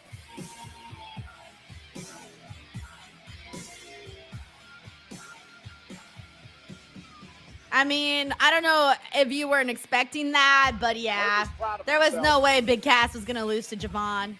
Let's see if Javon can eventually end up conquering him. Something's happening. Oh, Judgment Day. Once again, they've done this before. They have done this before. Went through hell with Big Cass. Like a pair of hyenas picking apart the bones. And a head So that's a pretty good way of seeing it. Like hyenas picking up the bones. I liked that description. These two earlier on tonight because they deserved it after they threw Evans to the wolves of Big Cass last week. And now the AAA Mega Champion. I hope you're proud of yourself. Taking advantage of a guy who just got beaten up. Let's head familiar, doesn't it? Let's head to the back and Jackie Redmond. Poor Javon, guys. His world's falling thanks apart. So much. Hey, Top Jackie's night for back. Javon Evans. So We on a haven't seen happier Jackie in a note, while. Please welcome Sol Ruka. Hey, Jackie. Hey, Sol. Sol. Listen, we just found out next week on Monday Night Raw, you are getting your rematch against Raquel Rodriguez for that women's intercontinental Oh, they're running it back. I mean, you must be so excited. Oh, totally. I am stoked. Having this opportunity to get my title back is huge, especially after I beat Lyra Valkyria last week and after everything that I've been through with the Judgment Day. Yo. So, congratulations. Good luck in your match next week. And I know you can do it. Thank you, EO. Seriously, this match would not be happening without you. So. Hey guys, I was just coming to say congratulations, but it There's looks like Lyra. you beat me to it. Looking I take it crazy. You're not upset Oh, about I like her shirt. That water under the bridge. I'm here as your friend because this match against Raquel, I mean, you broke her face last time and she took the title. She's gonna mess you up. Have an idea. Give me the title match. And then we run it back. Okay, Once I see what you're doing. I earned this. Isn't that exactly what you wanted in the first place? You had your opportunity and you lost. So the answer is no. Okay, face me again, then in the winner faces Raquel. Dude, Damn. no. If you want a title match so bad, earn it. Bailey used to talk to me like that. Ooh, and look what happened to her. What? The poor EO. EO's like, I don't want none of this. I don't want any of this craziness. That's funny. We got Randy Orton, 15-time champ. Hey, thank you for the super chat. Says, I think St. Louis had a Royal Rumble in 2022. They are a pretty underrated crowd in general, and they have a show in Raw Raw show on October 5th. What's your fave crowd? So, you know, I think I was at that St. Louis, by the way, that St. Louis show, because I've been to St. Louis one time. I cannot remember what event I was there for, so I'm going to take your word for it. I might have been there for Royal Rumble. I think I was there, guys, and it's sad that I don't even remember. All I remember from St. Louis was that it was my first time ever trying Waffle House. I had never tried it before until I went to St. Louis. So that's my my thought on that. What's my fave crowd? Who will join Ray Phoenix in the finals? I like all the international crowds. I enjoyed being in Scotland. I enjoyed London, and I enjoyed Italy. I feel like the international crowds, the ones in Europe, were always my favorite. Those ones were just like otherworldly, like being in Germany. Like Germany, oh yeah, Germany's crowd in Berlin. Oh yeah, they were good. Okay, yeah, you know what? Berlin, Germany was really great. Scotland, when I was in Glasgow, they were really great. Oh yeah, they were fun. Yeah, I'm remembering them now. Who else? Who else did I just say? Italy, of course, when I was in Turin. And then there was also I just had mentioned one and I forgot which one it was. But I've been into a lot of good ones too. Like I remember like even like I wouldn't you remember bad crowds more though too. There's only been a couple of shows where I thought I was like in awful crowds and I remember those shows very vividly. One of them was Las Vegas for Double or Nothing. It was a bad crowd. And then the other one was Los Angeles for Raw After Mania. Ooh, that one was bad too. But other than that, I feel like most crowds were really, really good, especially the international ones. Thank you so much, Randy Orton, 15-time champ. We have Earl Smith here. Says, love you, Denise. You're the best. Yo, Errol, thank you for all the love, dude. You have no idea how far your support goes over here. We got Dunk here. Says, Michael Cole just gave a shout out to Busted Open. Damn, I didn't even hear that. I didn't even hear that. We got Earl Smith here. Says, I just subscribed, Denise. Thank you so much, Earl. Yeah, I'm really trying to make sure that that page gets up and running, especially because we're posting so much more on there. We also got Henry Kiernan here. Thank you for the chili. We got Jay and Gwen here. Says, is it just me or does Soul feel unnatural as a face? No, I feel like she is she would feel weird as a heel. To me, she's a natural baby face. She's been a baby face the entire time. Like literally, even in her NXT days, she's always been a baby face.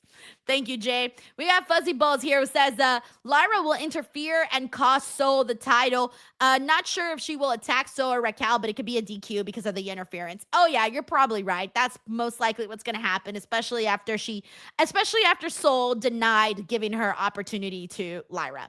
Thank you, Fuzzy Balls. We also got Mr. 100 Strong. Thank you for the hiding. Thank you for the jewels. Thank you. That's very nice of you. Alrighty, and we are almost back here in about 40 seconds. Let's see what else we got here. Let me go through some more comments, see what everyone's saying. Thank you, Jacob, for also subscribing as well. It's very nice of you. Shout out to Now Boss, who's here with us. We got James Evans here, says Euro crowds are always loud. They're always fantastic. We also got Darren's here, says crazy Lyra's going to interfere in the match next week. Sora versus Lyra isn't done. Let's see.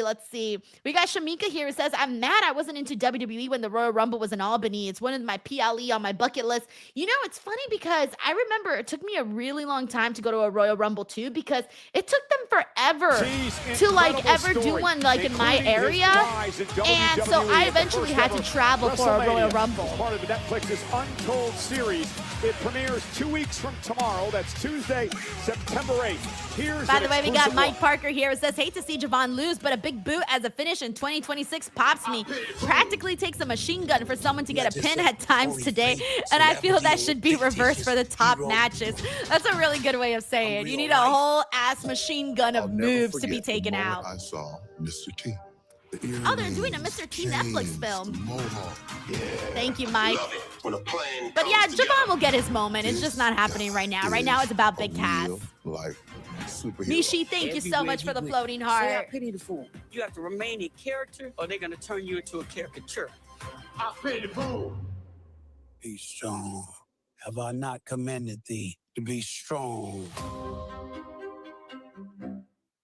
I might have to watch that. So I feel like aside from what I know of Mr. T and WWE, like I don't really know much of Mr. T like outside of that. Man Laparca will take on the former Intercontinental Champion Penta. The winner advances to Raw next week to take on Rey Fenix to determine who meets Roman Reigns. All right, here we go, guys. For the world title in 3 weeks Penta in and Mexico Laparca. City. Skinny Laparca. First, tell us about Laparca. We got Fuzzy Balls here who says, Laparca is one hold of the on, I most want to hear this. iconic personas in the history of Lucha Libre. This is the third iteration of Laparca. This one is incredibly I'm glad they mentioned that. I was worried that they weren't going to mention that. All right, we got Fuzzy Balls here. It says, in NXT, the crowd treated Soul like a heel the last 3 months, so much so that she made Zarya a big crowd favorite. Yeah, which was weird because the writing was that Soul was a babyface, but the crowd turned her into a heel. Still, that was one of the most complicated times in NXT. Of course, Rey Fenix Thank you, Fuzzy Balls. Lee to advance Also, to thank the you, Paula finals. Bennett, for the dub. Judging Thank from the opening you. moments, we have got a full-blown thriller on our hands.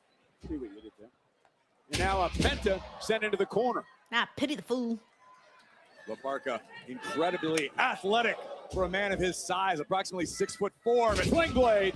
driven face first into the canvas. You've got to give the edge to Penta. This is WWE where Penta has succeeded, a former Intercontinental Champion. Penta knows what it feels like. That said, this is a colossal opportunity for Laparca, but here comes Penta.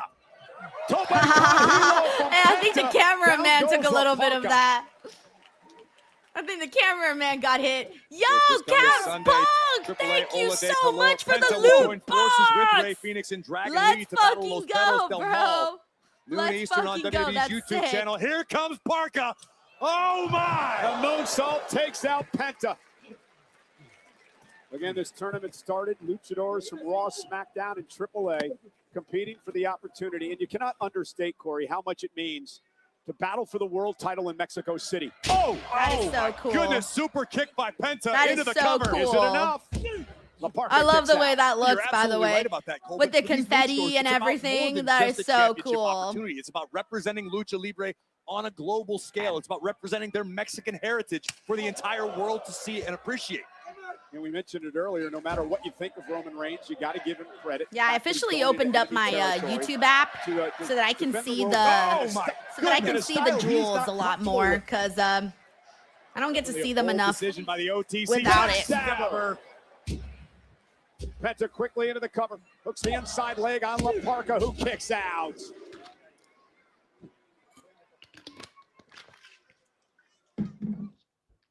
Oh shit, we're in a commercial already. Oh man. Oh, that was fast. Jesus, I felt like we just started. I was just getting like in it with all of everything here, you know? Oh my gosh. Hey guys, it's 444. 444. Not sure if anybody here believes in angel numbers, but we're getting a 444. Gotta throw that out there. If you're on the West Coast, 444. I love seeing 444. I see it all the time. It's one of like my number one. It's one of my number one like angel numbers that I see. McTaru here says, what's up, DWO peeps and queen? Happy Raw party, but I'm late. I literally forgot it's a special start time, and I literally just woke up from a long nap. Since home from work, McTaru, it's fine. You're better off taking your nap. Get your beauty sleep. Now you can enjoy Raw. And even if you're late, I feel like you can catch up. Like if you fast forward things that you're not interested in, or you fast forward entrances or whatever, like you can usually catch up pretty fast eventually. Yo! Thank you so much to Fleet Pete for the GOAT trophy. That thing is huge, bro. And the GOAT is like staring at me. Oh, man.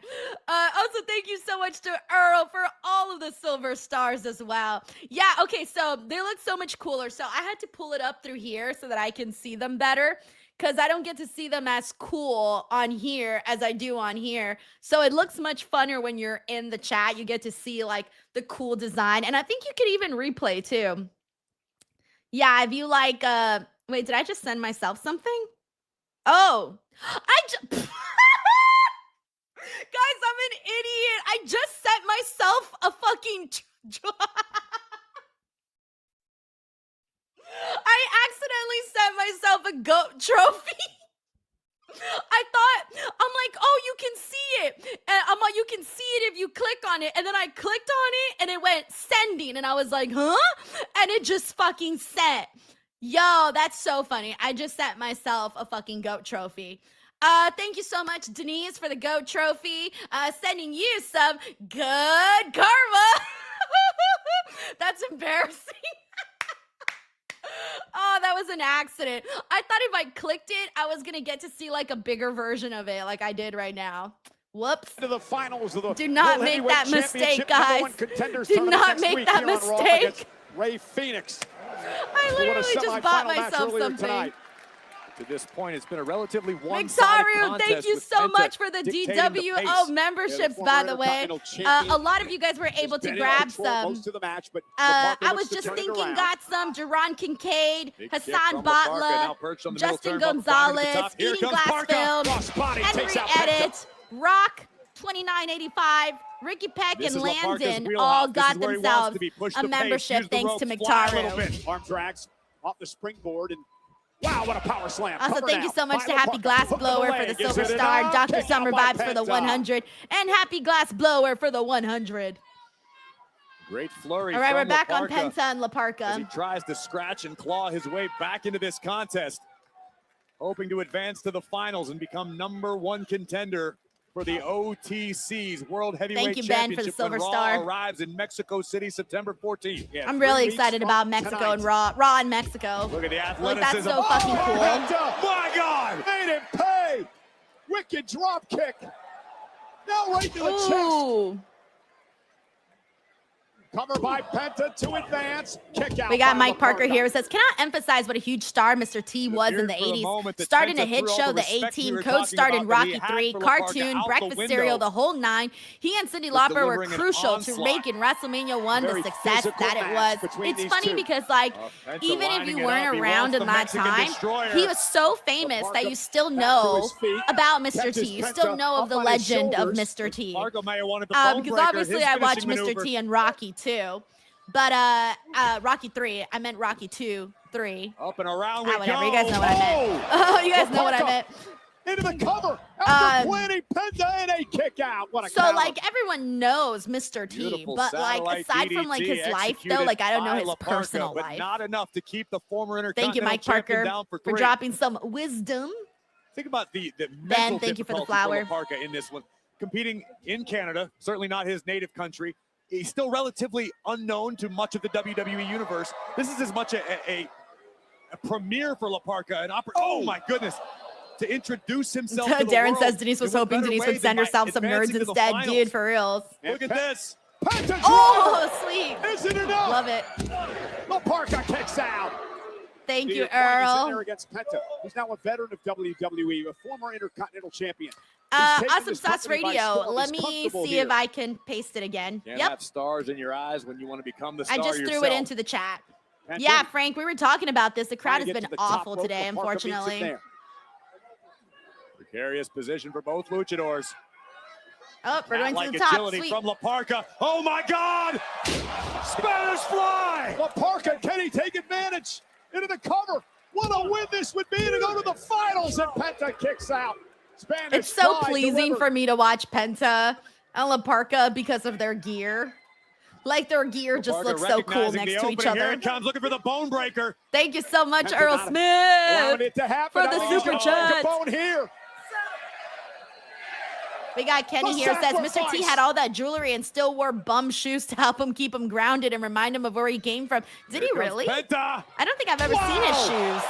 Mexican destroyer off the ropes. Oh, I missed it. Fuck. Penta with a win. All right, I'll wait for the replay. I kind of missed the, I accidentally missed the, So Corey, the destroyer. I mean, it's not like I haven't seen him do it like 5,000 times. Thank you so much, Brian, for subscribing to Denise's highest of Pieces. stakes one could conceive for Penta and Ray Phoenix. And here are the closing moments. The springboard Mexican destroyer. From Kev Penta says, I just spells realized the it's going to end be of brother the versus journey brother. for Laparca. Yeah, that's the And punches prediction Penta's that we were ticket expecting to here. the final. Will it now be? Here we the go. Former WWE Intercontinental Here we Champion go. Penta, Penta or versus his Ray. brother, the reigning AAA Hermano World contra Cruiserweight Champion, hermano. Ray Phoenix, who advances the challenge. That's gonna be fun. Roman It's gonna be very, very Reigns, fun. September 14th, Monday Night Lucha Raw, Brothers. Arena CDMX My in old Mexico favorite tag City. team. Too The bad they're. finals are next week. It's gonna be fun though to see them up against And each that other. man Oh, is nice! brother Hey, here, Ray go! Phoenix. Ah! They're having a moment. Yo! Yes! Aw, I've been waiting for this.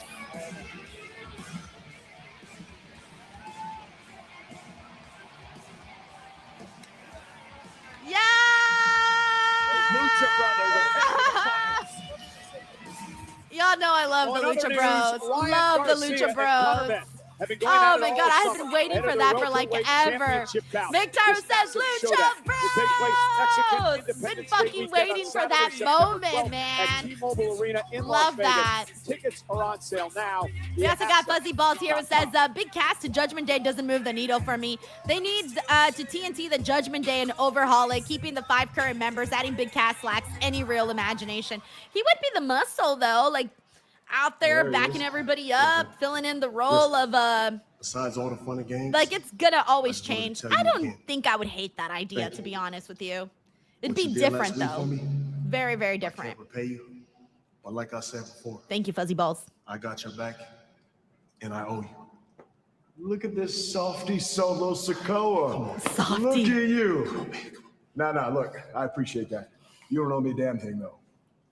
You don't owe me a single thing. The only thing you owe me is just don't make me regret this. That's all. If you and I can do this, you and I can do this as a team, man, we can go all the way to the top. And I tell you what, those warning shots, no, we ain't got any warning shots right now. We're talking live fire out there. Let's go handle this business. Yeah. Our main event is moments No, I away wasn't expecting on that to Monday be the Night main Raw. event. I really thought it was going to be Braun and Oba, but that worked out very nicely. So I'm wondering what they got planned for this main event, considering that it is the main event. Like, I'm wondering what they've got planned now. Alrighty, let me go ahead and get through some more comments, see what everybody's talking about here. Go ahead and let me know what you guys think about what you've seen so far on the show. We got Jermaine here, says Lucha Bros facing each other before tagging with each other in WWE. Didn't see that coming initially. Yeah, for reals. We all thought that they were gonna, have their moment as a tag team. Yeah. And I think even they did too. They probably didn't expect it either, dude. Because I remember, like, during interviews with both Penta and Rey Fenix, it always seemed like they were hoping to tag with each other. I don't think they expected to, like, wrestle, with each other and all of that, either. So, oh wait, hold on one second. Show. Okay. Let's see what else we got here. We got Miktaru, who says, "Yeah, pew pew." I need to make an edit. Like, we need to have like a little pew pew gun pop up every now and then. Every time people say pew pew, I'm gonna try to make that happen at some point. I got a couple new graphics that I want to make. So, and then also I have some plans for this wall. I'm working on it. I'm working on it. It's on the to-do list. Let's see what else we got here. We got J6 here who says, feel like I'm in Cali with the show about to finish before 8 p.m. What do I do with my night? You're living that West Coast life, bro. And usually for me, it starts at 5. 5 p.m. is usually when I'm sitting down watching Raw. Like right now, I would be sitting here getting ready to do the stream. I'd be like, all right, guys, I'm coming in the chat. Let's go. It's almost happening. We also got Alonzo R here. It says, good show so far. Yeah, it's been a good show. I wish the crowd was hotter, but it's been a good show. Let's see what else we got here. Oh, Frank Castle says Rey Mysterio's doing an interview with Byron during the commercial. I forget that they do the commercial stuff. Also, shout out to DJ Dominic, who's hanging out with us here today. We got Platinum Nick here, says the same thing, says it's been a solid show. The crowd just sucks. We got Chick Bobby in the building. What up, Chick Bobby? He says the Luchas have been the main attraction on the show. I am everything else has been just there for me. Well, maybe except for Solo and the Night Crew. Yeah, and it's been like that the last 2 weeks. Obviously, they're working towards the September 14th Raw, which they did announce that Lola Vice will be making her debut on that show. So they're changing up the shows heading into that big one, I think. I'm telling you, man, I would really like to go to that show. Fuck. But I don't know. BRMI here says show started early. Yeah, it started at 3 o'clock Pacific Standard Time, 6 p.m. Eastern Time. I'm sorry if you forgot. Everybody's been tweeting like, don't forget Raw starts at this time. But I know sometimes people just miss it. We got to write it down, guys, or else you'll forget it. We got Christina Sarmiento here. I was just saying. She says, hello, missed everything due to me forgetting the start time. Right. I was literally just talking about this. I'm like, y'all need to write it down, because if not, it's just so easy to forget with everything else that you got going on. You know what I mean? So yeah, you gotta either that or turn on your notifications for the YouTube lives. That sometimes helps. Being on Twitter, because a lot of people will tweet it and be like, hey, don't forget 3 p.m. Raw today.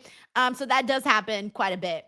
Let's see what else we got in here. We got James Evans who says Mexico City will be dope. Agreed. It's gonna be so fun.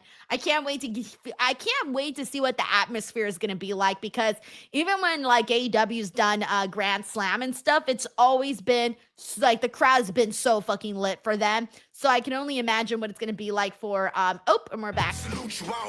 I can only imagine what it's gonna be like for Raw. Oh, they're doing a Zillipot 2 video package. Yes, sir. Nympho, baby. Shout out to Nympho, baby. We gave all the other wrestlers a head start. Now it's our time. All eyes on the main stage. Ain't enough food for me and you in the same cage. Week, you and Ray. Oh, there's Chad Gable. Almost forgot that he was Intercontinental Champion. And for my title run. You know, I that's kind my of legacy. forgot. That's what I want to leave. And I'm glad you said that. Oh, thank you, Paula, for the floating heart. So pretty. Thank you. Talk to you later. All right. Congratulations. I just wanted to say that. All your success lately, but more importantly, defeating Rey Mysterio. You know who else defeated Rey Mysterio? All Ego, Ethan Page. And you know who has their eyes on that token of excellence you're holding? Me. I see where this is going. No. I'm not done. I'm not done. Look, we all can agree Ethan Page has already earned his shot at the Intercontinental Championship, but you as champion seem to be a tad bit intimidated. Oh, I'm intimidated. Okay, I am not finished, and you keep interrupting me. I understand this plan of yours. To make your schedule a little lighter, you're going to offer washed-up Hall of Famers championship matches because you don't want to step in the ring with someone as amazing as All Ego. Well, that championship will find All Ego. Ethan, you had the same opportunity as I did to win this. You were in the same gauntlet match. You tapped out to me. All right, now you were at the top of the list, the guys I wanted to give an opportunity to. But then you opened your mouth. The garbage it spilled out. And you talked your way out of a championship match. Congrats, buddy. You should be proud. Back of the line, I would just like to say, being in Ottawa, Canada, the Alrighty. capital of Canada, and not having Canada's greatest export. We got Elk Dog says Ray and Gable is a no-brainer. James Wynn says, yeah, Ethan, but where's Rusev? Yeah, we haven't seen Rusev in a second. We got Tanisha Hicks here says, I like Ethan Page. This will be a good feud. Yeah, he kind of needed something too. Alonzo right here says, I like it. Rodriguez of the Judgment Day. Okay, next Monday, Soul versus Raquel. We knew that in the rematch. And it's the finals of the World Heavyweight Championships, #1 contender. Next week, baby. Penta versus Ray. Penta versus Ray Phoenix. Winner heads to Mexico City in 3 weeks to face Roman Reigns for the world title. And as the Lucha Brothers collide, the OTC will be live and in living color, watching the results unfold. Roman Reigns returns to Raw next Monday. And we kicked off tonight with Stephanie Vaquer's return to the ring versus Roxanne Perez. Vaquer answered a lot of questions as to whether ring rust would play a factor. We got Frank Castle here says Proton VPN is cheap and works well. No commercials. Hey, yeah, if anybody's down and wants to get that, go for it. Thank you, Frank. Thanks to a little help from an unexpected ally. Yeah, Becky Lynch. We love it. No gatekeeping over here, you know? World title. We questioned over the last few weeks whether Becky and Stephanie can get on the same page. Well, in the end, Melissa Cabello says, so is SmackDown pre-taped Friday? Yes, it is. And drive the Prodigy face first into her knees.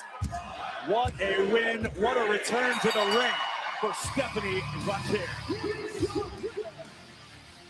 And then afterwards, as Liv Morgan would attempt to make her presence known yet again, the man would come around for the greatest women's world champion of all time. Bound by a common enemy in the Judgment Day and a common goal in the women's world champion, Lynch and Vaquer standing side by side. Let's go back to Jackie Redmond. All right, let's see who Jackie's interviewing next. Guys, thanks so much. Ladies and gentlemen, please Hey, welcome did Jackie change Stephanie her fit? Vicaire. I think she did. Stephanie, thanks so much Okay. for doing this. I am happy to officially announce that in 2 weeks on Raw, you have a women's world championship match against Liv Morgan. Okay, 2 weeks on Raw. Yeah, Okay. it is officially official. That's And the after what September happened 14th earlier show in tonight, Mexico. I wanted to get your reaction to the fact that in 2 weeks you have a chance to get your title back. Once again, Liv showed me she need her 2 pets. Oh my God, what if she to try to actually take me wins in down. Mexico? But no, Liv, that doesn't work with me. Te dije que te iba a hacer vivir un infierno. And Becky, I don't need your help, but thank you. I respect you. And in 2 weeks, I will be alone in that ring, and I will take back my title, and I will destroy Judgment Day. That's interesting. I'm wondering what the chances are of a title change on that show. We got Jonathan here who says that'd be a good title change. All right, we got a few people here. Let's see. We got IGN Suko in the building. What up, bro? He says, a pretty good episode of Raw, but nothing really newsworthy with, are you going to talk about? No, we got some couple of things. I think Bron and Oba, I think that's fun. You know Sancho's going to want to talk about this whole LA Knight stuff. And then Lola Vice as well. Lola Vice coming into Raw. I feel like there's a couple of things. Stephanie Vicaire getting a title shot in 2 weeks against Liv Morgan. That's something too. So there's a couple of things in there. And let's see how this show ends up closing out. You never know what else can happen by the end of this. I'm hoping something big happens too, since it's the end closing of the show. Thank you, IGN Suko. We also got McTaru here who says, holy shit, get the tank, Stephanie Vicaire is green. Oh yeah, she had like the really nice, when she was wrestling Roxanne today, she had a really nice, I mean, her gear always really looks nice. I don't think she's ever worn an ugly color. I don't think ugly and Stephanie belong together in the same sentence at all. So she always looks fantastic. Thank you so much, McTaru. Appreciate that, man. Thank you for hanging out with us. Let's see what else we got here. Let's see what else we got. Let's see. We got Kalo's Juice here on Twitch. It says Solo turning on LA Knight would be so bad. Or who knows, what if LA Knight turns on him? That would be interesting. If we got some sort of turn. We got Chocolate Ice with us. It says main event time. Let's go. Let's see. We got Nathaniel Crenshaw here. It says, would you want Stephanie to win and then Becky beats her, Denise? I would actually not mind that at all because I don't mind her losing to Becky. Like, Becky Lynch is a big deal, so losing to Becky I don't think is bad. If Stephanie were to defeat Liv and then go into a feud with Becky and Becky beats Stephanie, I would not hate that. I would actually be interested in that. Okay, let's see what else we got here. Hey, happy birthday to Matthew Magsby. Matthew, congratulations. Happy birthday, bro. I hope you're having a good one today.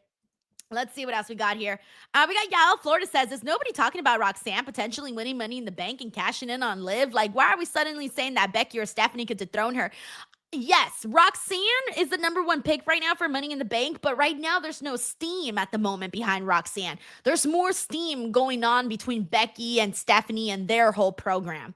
Thank you, Yael. And so that's the reason why. We also got Fuzzy Balls in the building who says, who are the most underrated male and female wrestlers on the WWE main roster? Finn Balor and Roxanne would be my picks. Finn Balor's a really good one. I think even Damian Priest, like in-ring wise, I would consider him underrated on SmackDown. In-ring wise, I think he's really good. Finn Balor, as you mentioned, was the other one. I would have originally said Ilya Dragunov, but he's not there anymore, so I can't throw that one in there.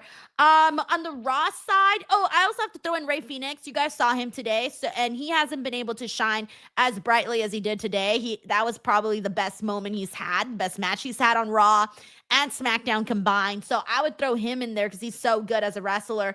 Who else? There's so many more that I'm not thinking about right now, but those would be some of the ones off the top of my head. Johnny Gargano's a great fucking wrestler, but you wouldn't know it because he's out there being depressed. And yeah, I don't know if there's been any updates too on the rumors about Johnny Gargano. I saw that was floating around during the weekend. People wondering like if he was still with WWE or not. I guess we'll find out. Who knows? Thank you so much to Fuzzy Balls as well for the super chat. All right, let me go through some more comments here. Also, friendly reminder that immediately after this, I will be joined by Sancho. So we'll be doing our post show. We got Mr. GRK Chef 13 here, who says, with Lola debuting in Mexico, does Lola interfere and live in Stephanie's match and help Stephanie? I don't know if that would be the way to go about it, though. I think because Stephanie Vaquer is a babyface, she's got to win like on her own. Unless she's getting like jumped or attacked and then Lola comes out and has her back, then that would be a different scenario. Thank you, Mr. GRK Chef 13. Solo Sikoa, and I guess those months of paranoia. Yo, what up, Chrissy? Says, hey, Denise, animo. Nothing else, at least temporarily, LA Knight has one other person on the roster in whom he can place. Yeah, so for those of you who missed it, Johnny Gargano took down his WWE stuff on social media. But here's the thing, though. I don't even know like what he had originally, though. But I guess some people noticed it and they, you know, said it. This is LA Knight, the man who laid out Roman Reigns to end Monday Night Raw last week, who dropped the OTC with a BFT. Oh, thank you for letting me know. Generic Human says, Denise, WrestleMania dropped your, is it WrestleMania? The one, that channel? Yeah, that channel's huge. Says, dropped your name in one of your new videos. They had a bunch of quotes from your Jeff Cobb interview. Oh, that's awesome. Thank you for letting me know, man. That Jeff Cobb interview, guys, if you haven't seen it, go check it out. It's crossed over like 125,000 views. So go check it out. It's a really good one. It's probably one of my favorites this year. We got Don here who says, no rumors. His bio hasn't changed since 2023. Also, he posted that his father is battling stage 4 lung and prostate cancer, so he's dealing with a lot right now. We have Johnny Gargano. Holy shit. Yeah, that's what I was wondering. I was like, what stuff did he have on his bio beforehand? Thank you, John. On this man, Solo Sikoa, to do what he did in the face of the bloodline. J6 says Johnny hasn't changed his Twitter since he initially left NXT 5 years ago. So it seems like someone just started a rumor then, huh? All right, got it. It was bold, it was brash, it was brazen, but it may have been the worst mistake Solo has ever made in his life. Roman Reigns, we know, is a master at playing the long game. You gotta watch your back, Solo. He's also ticked off those two men. Remember, they were in shock last week when Solo Sikoa turned on Reigns. They're focused tonight. Well, it earned the Usos their Ulafalas, the titles of captains within the bloodline. The fact that Jay succeeded by bringing Solo All right, here back we to go. Roman Main Reigns. event time. We have Sebastian here who says, hey, Denise, are you going to go see the new Street Fighter movie? I'm not really a Street Fighter person, but because of the WWE peeps that are in there, Roman and Cody, that will probably make me interested.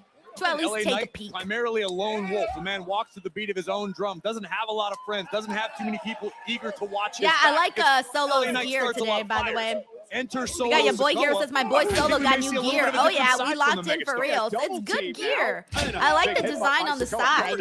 On Jimmy and a kick out. And I like what we just saw out of LA Knight and Solo Sikoa. Obviously, their tag team chemistry is not going to be anywhere near the level of Jimmy and Jey Uso. We're talking day one-ish, one of the greatest tag teams of all time. But if Knight and Sikoa can work together this effectively, it'll be a good night for them. Great tag there, and here's LA Knight, who made some pretty decent points. We got McTara here says that Usos crashing out over Solo is just funny. I feel like Jey Uso at this point crashes out over everybody. Fatu, certainly Solo. Needs to be made for that The man is just, he's like a little chihuahua, you know? He's just so angry. Trying to rile up the tribal chief, trying to get under Roman's Thank skin. you, McTara. Not an easy task. Melissa Cabello says, is Roman there? Nope, don't think so. We haven't seen him on the show, so I don't think he'll be coming out. Yeah, Roman, who is the coolest of characters. Doesn't often lose his Awesome temper. Sauce Radio. The Pew Pew t-shirts are already out. Yep, I saw them announced today. In the ring against his younger brother, Solo Sikoa. Evan Play says, hey, Denise, apparently Blake Monroe called out Bailey on X to show up on SmackDown. Thoughts? I hadn't seen that. Yo, let me go look right now, actually. Hold on, give me 1 second. Solo's fortunes have changed within the bloodline. This is a young man who was once considered the tribal heir to Roman Reigns. Now, very, very different scenario. Solo finds himself the black sheep of the family. Well, he let his ego get the best of him a couple of years back. Oh, big kick. Was from it a the outside reply from or a Big quote Jim. retweet? And now the double team by the, well, perhaps the greatest tag team in WWE history, the Usos. Maybe it was a quote retweet. On that one. And boom! In stereo. And the made men I don't handling see their it. business.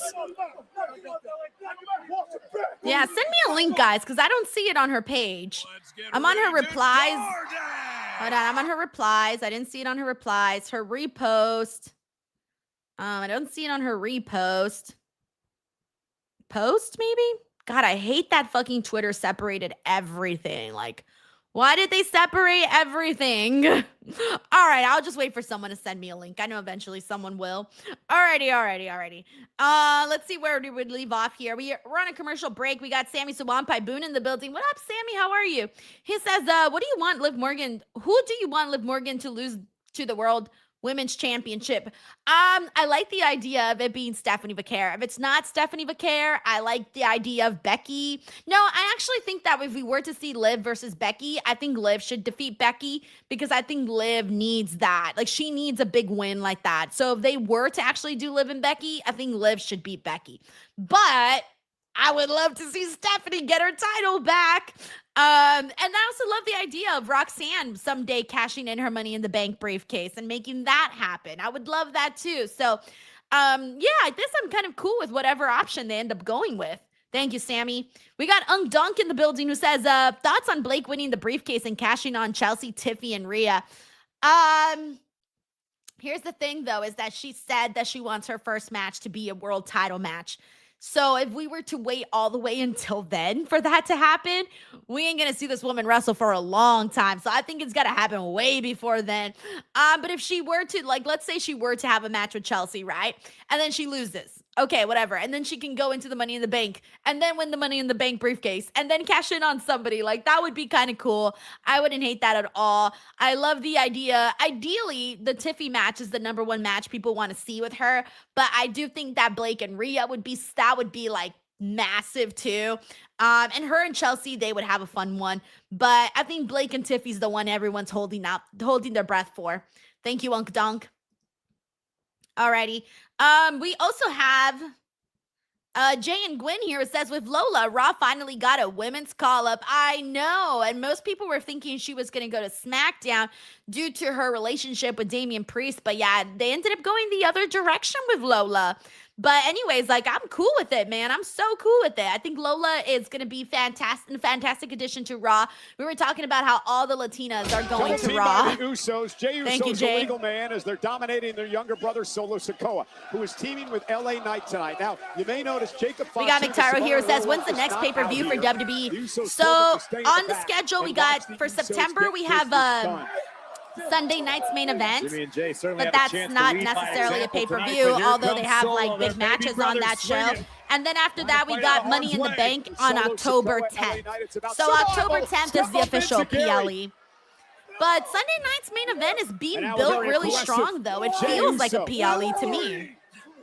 Thank you, McTaru. And a cheap shot by Jimmy. Delito says, do you think Damian's getting released soon? No, absolutely not. There's no way.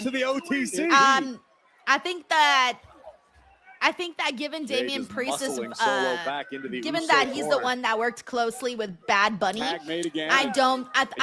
feel like Bad Bunny and Damian Priest like are friends, so I can't imagine that they would want to let go Damian Priest and then, not have that, relationship with Bad Bunny. So I'm gonna say no because of his affiliation with Bad Bunny. Sikoa had the element of surprise. They shocked Roman Reigns with the spike. They shocked the Usos. Tonight, we got Paula Bennett here says, good for Lola. She deserved the call up to the main roster. Oh, yeah. And she's such a sweetheart. Jimmy Uso to the floor. Remember, this was a matchup asked for by Solo Sikoa and LA Knight. LA Knight still wants a world title opportunity. Solo Sikoa trying to make a tag. Jey all right, waiting for that hot tag. Nope, Jey Uso didn't let it happen. Okay, I'm gonna message my and instinctively, Jay dragging Solo thumbnail right designer back to the Uso corner.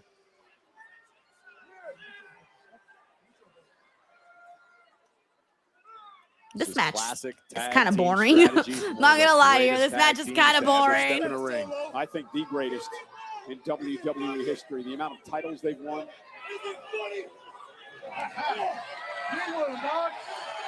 Yeah, this one's kind of putting me to sleep right now. Solo Sikoa from on the corner. No! Turns Jay inside out, and Solo's got an opportunity.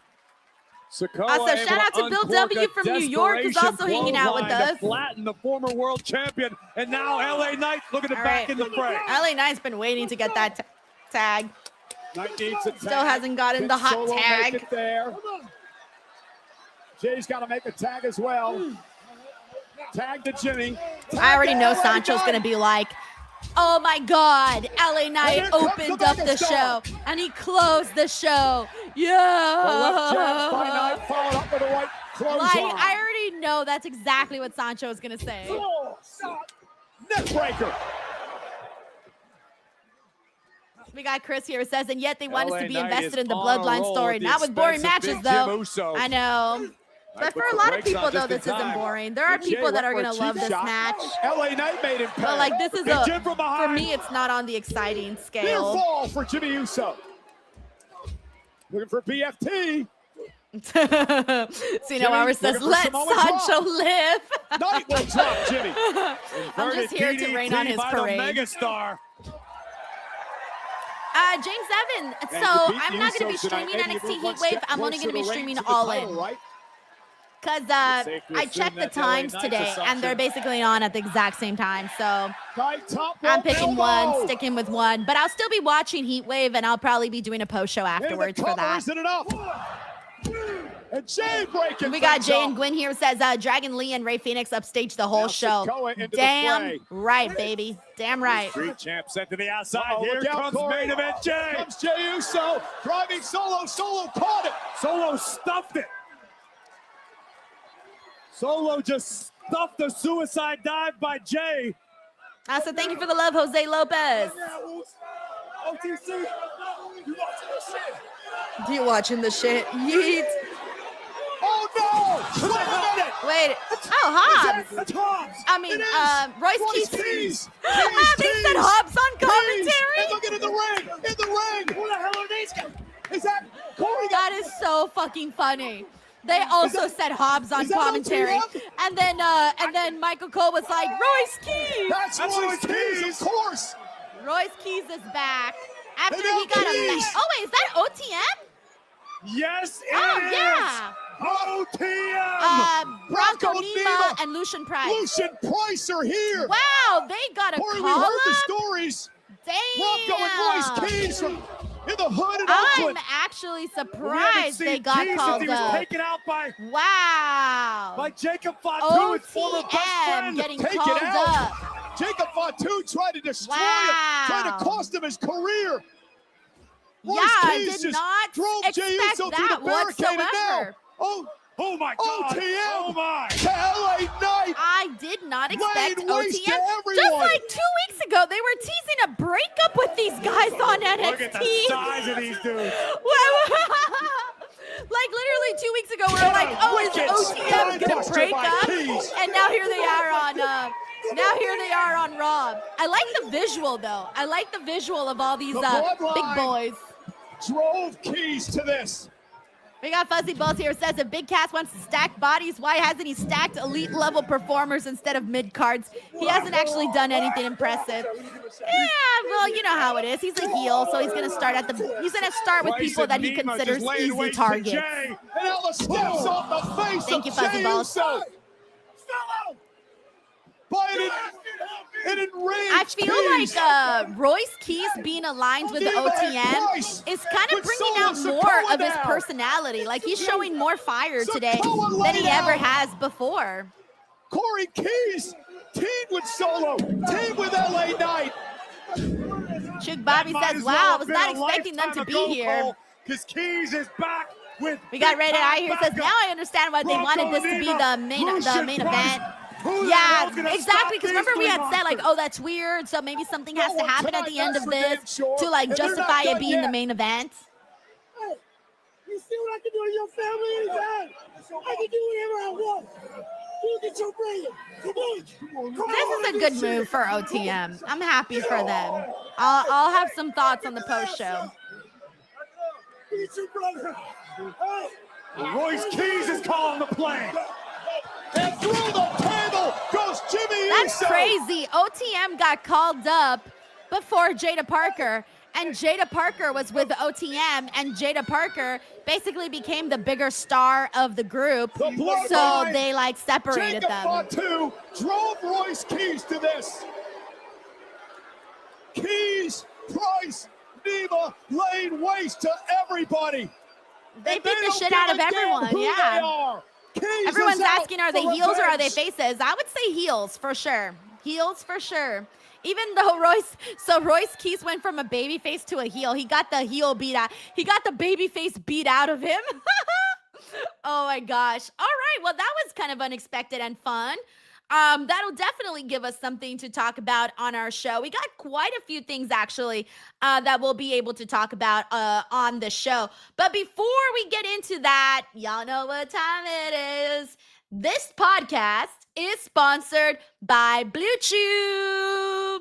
It's time to make your bedroom noisy again. Nothing says hello, neighbors, like a bedpost knocking against a dry wall at 2 a.m. Seriously, don't take Blue Chew if you aren't prepared to buy a new bed frame. Blue Chew Gold is a better sex in a tablet. They combine 4 ingredients into one powerful solution. 2 ingredients to get you hard physically and 2 support arousal and desire in the brain. It works fast and lasts. Guys, have a complete experience in the bedroom with Blue Chew Gold. There's a reason Blue Chew is the #1 brand for better sex. Experience it yourself at bluechew.com. And for our listeners, we got a very special deal. Right now, when you buy 2 months of Blue Chew Gold, you get the 3rd for free with promo code Denise. That's promo code Denise. You will also receive an additional 10% off plus free overnight shipping on your first order. Visit bluechew.com for more details and important safety information. We thank Blue Chew for sponsoring the podcast and for sponsoring the bedroom. Alrighty, let me bring this back up here. We're gonna wait for Sancho and then get the party started up in here with the actual podcast. Okay, so in the meantime, though, we do got, let me see.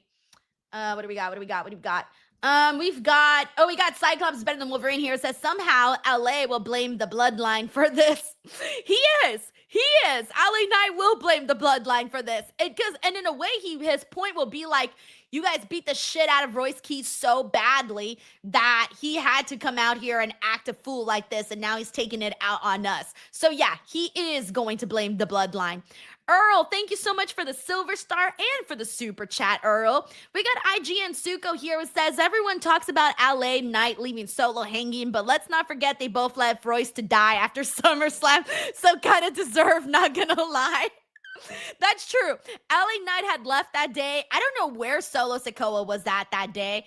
I don't remember. I just remember LA Knight left earlier. Maybe, I don't think Solo was on the show that day, so I guess he just wasn't there. So yeah, when Royce Keys got his life beat out of him by Jacob Fatu, none of his friends were there to help him, and that was immediately after SummerSlam. So yeah, in a way, Royce Keys basically said, fuck you guys, I'm gonna go find 2 new friends that are bigger than you guys, and we're gonna fuck all you up. So if anything, even though they're heels, Royce Keys is kind of justified in this. But I'm really happy though that they added OTM, and I will tell you guys why once we get to the actual post show. Actually, just tell you guys now. I think for me, it's Royce Keys was kind of not showing much personality. I don't know if you guys caught that. I really wasn't getting like a good glimpse of who Royce Keys was on the show. And I feel like even just now with this attack that happened, he was showing more fire. He seemed pumped. And I feel like the fact that they're investing into a group, into forming this group for Royce Keys with OTM, shows that WWE has not given up on Royce Keys. Because for a second, I feared that they would give up on Royce Keys because there really wasn't much crowd reaction for him. Like, there really wasn't much going on there. So I think that him being part of, him adding OTM to this is a really good thing for him. Thank you so much to IJN Suko. We also got Makar, BR2 Xbox 821. Thank you so much for sending that treat, by the way. That's very nice of you. And we also got Yoshida, Yoshihiha. Did I say that right? Yoshihiha? I don't know if I said that right. Viper for the silver stars. That's very nice of you. And I'm so sorry for butchering your username, by the way. Very sorry for that. We got Mictaro here who says, happy to see Royce Keys back. I hope they will utilize him correctly. They were, like, I'm telling you, like, he's been part of the storyline. He's been consistent, but for whatever reason, like, the crowd just wasn't as committed to him. But now with this new group and them going out there and beating the shit out of everybody, like, that is going to make people give a shit. And I feel like even today, like, they looked really good. OTM looked really good. And they all look like they would hang out together. They all match. They all have, like, the same aesthetic where they feel like they come from the streets. They're going to take you out. They're going to, you know, beat the living shit out of you. And they all have a very similar physique with the big muscular build for sure. Thank you, Mr. Mictaro. We also got Yushiha Viper, who also sends in a gold coin. Thank you, Yushiha Viper, for that, for sending in the gold coin. Also, thank you to Eric Bruinton for the treat as well. And I'm still waiting for Sancho. So as soon as Sancho gets in here, we'll finally get things going. Let me make sure he hasn't messaged me. 1 second. I got to make sure, because sometimes I don't be seeing... my messages. So I want to make sure that Sancho didn't message me. Okay, no, he didn't. I don't know if anybody's been having this issue, by the way. Thank you, Earl. Has anybody been having this issue on Instagram where, for whatever reason, I don't know why. Oh, thank you, Yushiha Viper, for the happy poop. And Earl Smith for the silver star. So every time, like, I don't know why, but my Instagram marks my messages as read, even though I've never read them. You know, is this happening to everybody? Because I don't know why. For me, like, all my messages are being marked as read, and I'm like, I never saw this message, but yet it's saying I read it, and I did not even read it. So it's causing me to miss messages because of it. It's driving me crazy, though. Let's see what else we got here. We got Anthony Giuliano. Hey, Anthony. Hey! He says, that was a good ending, but where was Jacob? You looked very beautiful blue last night. Oh, thank you, Anthony. Where was Jacob? Jacob's pissed, man. He's in the back. He's still beefing it with the Usos. He's still not necessarily in love with his position on the bloodline, and he's sort of conflicted. That's what we've been seeing from him the last few weeks. Thank you, Anthony. And thank you, Rob, to the GG, Eric for the hiding, and Henry Kiernan for the silver star. We got AJ here who says, Dark Taste State to SmackDown 9-man 3-team war games. AJ's like, we're getting closer to Dark State on SmackDown. They're not there yet. But at the exact same time, I didn't feel like OTM was there yet. On NXT, I hate to say this, but they weren't necessarily lighting the world on fire on NXT. That's why I was not expecting them to be called up on Raw. Like, I would have named like 50 other people before I thought OTM was going to be called up. But I'm really happy for them, and I actually think it's a good idea, and it might bring something out of them that we haven't yet seen on NXT. I actually did like some of the work that we saw OTM do on Impact. They were there for like a week or so, and it was fine. It was good, right? And I actually saw a side of them that I had never seen on NXT. But for whatever reason, they just really weren't doing all that spectacularly on NXT. Thank you, AJ Tripp. Also, Big Fat Charlie, thank you for the happy poop. And Sosa Stay Smoking for the silver star. And thank you, Eric Bruinton. Alrighty. We're still waiting for Sancho, guys. Sancho's taking a sweet time. We got Anthony Giuliano here who says, I mean, Royce and OTM taking out Jacob.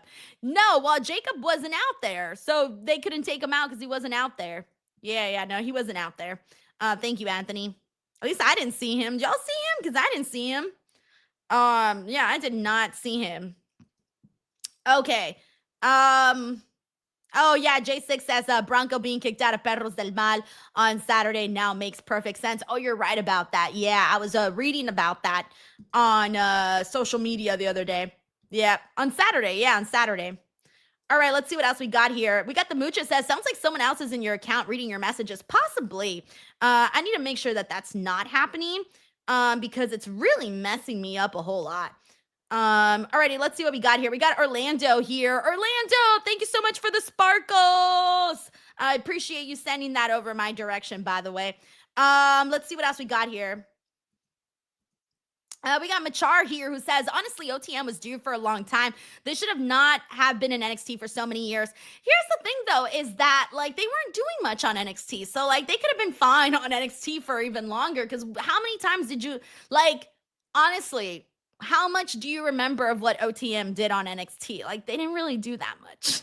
Like, they didn't really do that much, and they were gone for a minute too. And then when they came back, it was like, oh yeah, OTM's back, and they had matches here and there, but they weren't really part of like any major programs or anything like that. We got Tiffany could not hear says Sancho is crying for LA Knight. That's why he's late. Look, right on time.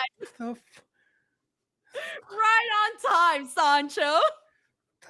What the fuck? All right, you want to get to this? Thank you, Sean, for the flower. All right, let's do this. Here we go. Hold on one second. Wait. Hold on. I gotta prepare everything. All right, here we go. In 3, 2, 1. What's up, everybody? Welcome to the WWE Raw post show. Yes, Raw was on early today. It's your girl Denise Salcedo and WTF Sancho West. What the hell happened? What's OTM doing? What's Royce Case doing? I'm so confused. I hit my head earlier today. I don't know if that adds to my confusion, but I'm confused. Okay, Sancho, I feel kind of bad for you because I thought you were originally going to come on here and be like, yo, LA Knight opened the show. He was the main event. This is his time. Acknowledge him, Denise. Yeah, that's what I was expecting. We were going to start this show off with.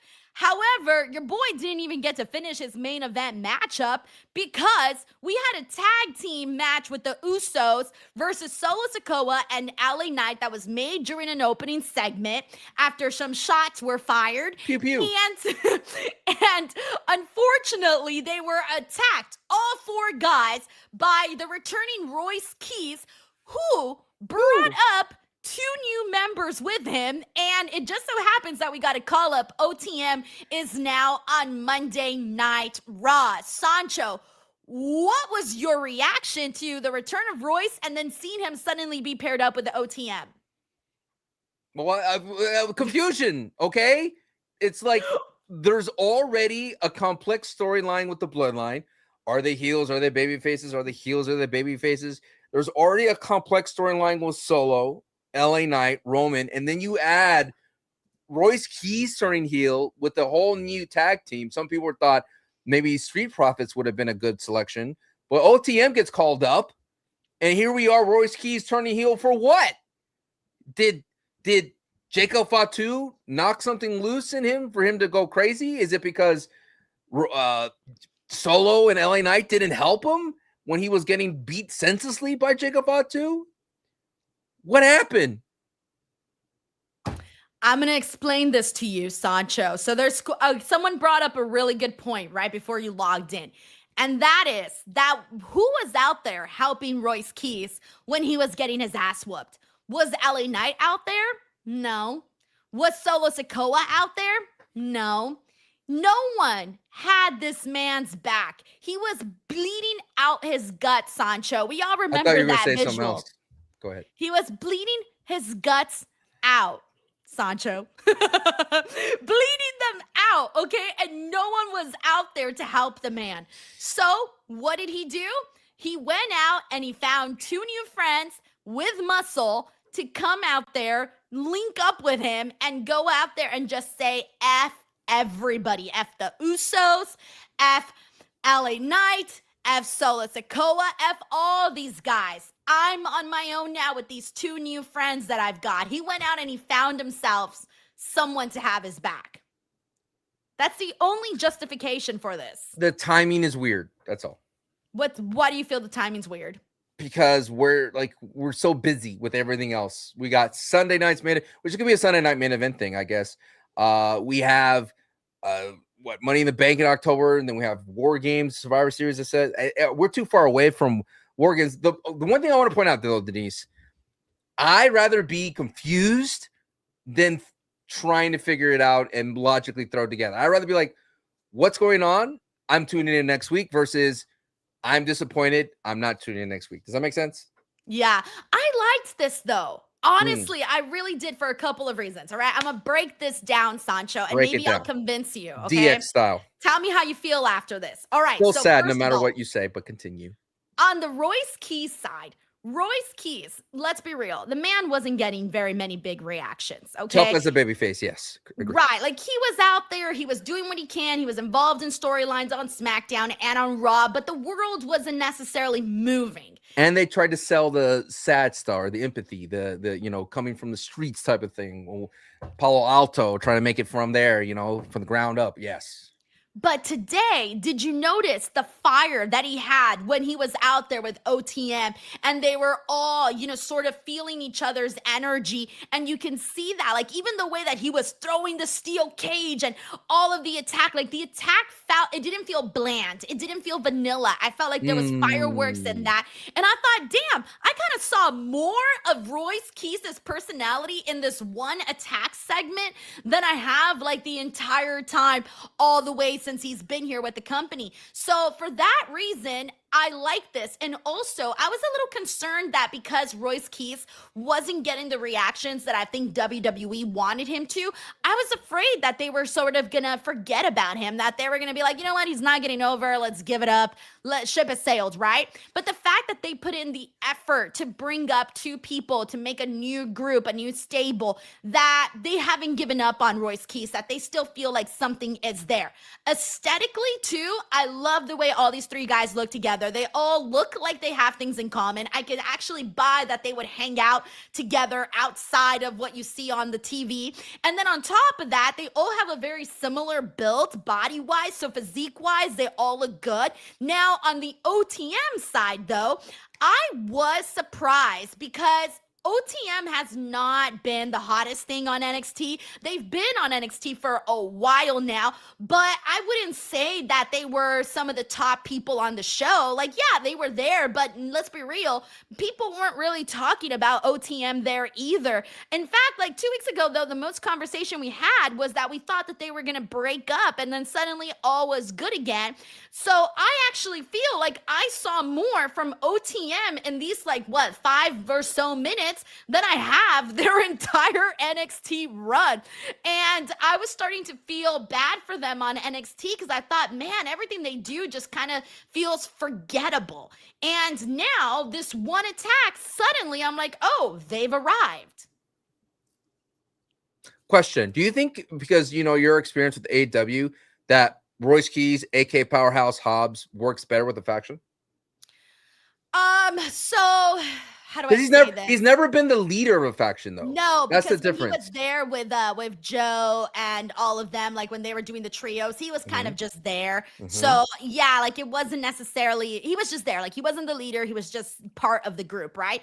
And then before, when they had him out there with QT, oh, that did not go so well. I actually always felt that he was better off alone. Like alone is when I felt like he got the most over with me. But I think now as a leader, this is a totally different dynamic and it might actually work. It might be that thing that helps him put his best foot forward. I'm just more perplexed by the timing. That you got to admit the timing's kind of weird. But I guess that's what they wanted to do, to put everybody on notice. As you said, they took out everybody. But I guess, what does that mean for Jacob? Does that mean Jacob didn't protect the Usos? I mean, he never does. He never protects Jimmy and Jay. What does that mean with Roman?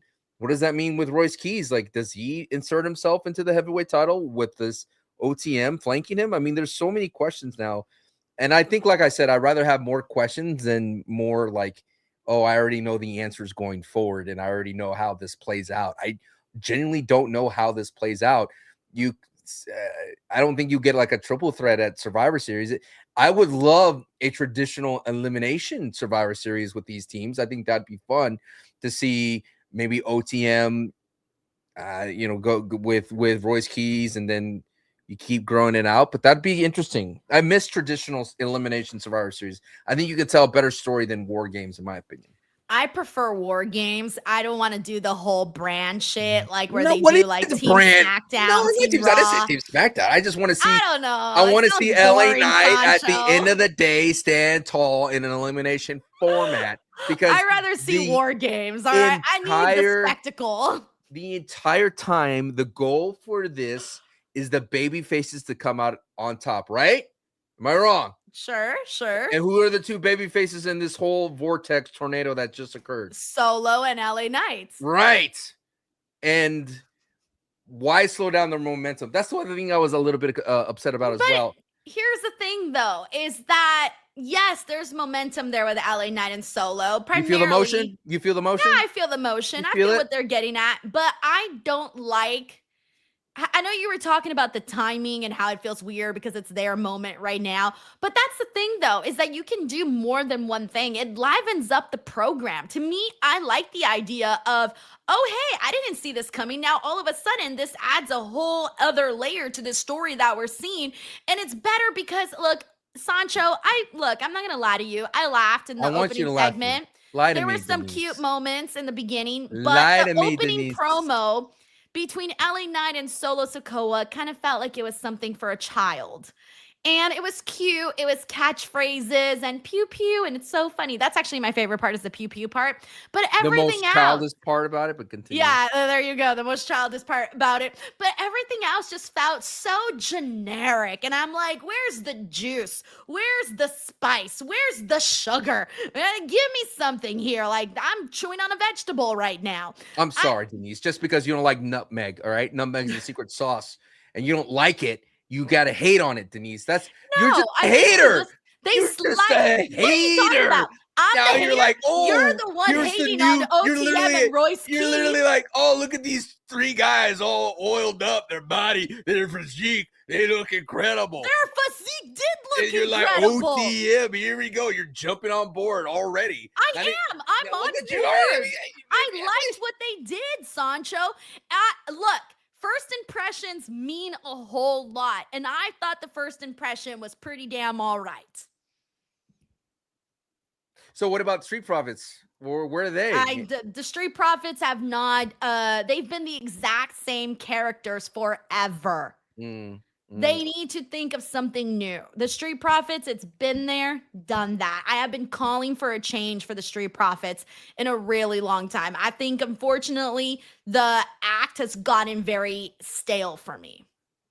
It's the same thing all the time. I'm curious, does OTM coming over, Royce Keys aside, does that because there is I've seen reports that they're trying to revitalize the tag team division. As they should. So, of course, but I wonder if OTM does feel like a big move in that direction. You know, having the Usos wrestle more as a tag team is another move in that direction.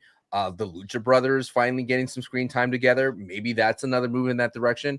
I do feel like we're in the early stages of rebuilding Raw tag team division, considering the war, we have the War Raiders running around the other side with Damian and R-Truth losing. So, and Dominic and JD could be a tag team. So there's options, but I think we're still a long way to go to get the Raw tag team division where we had it.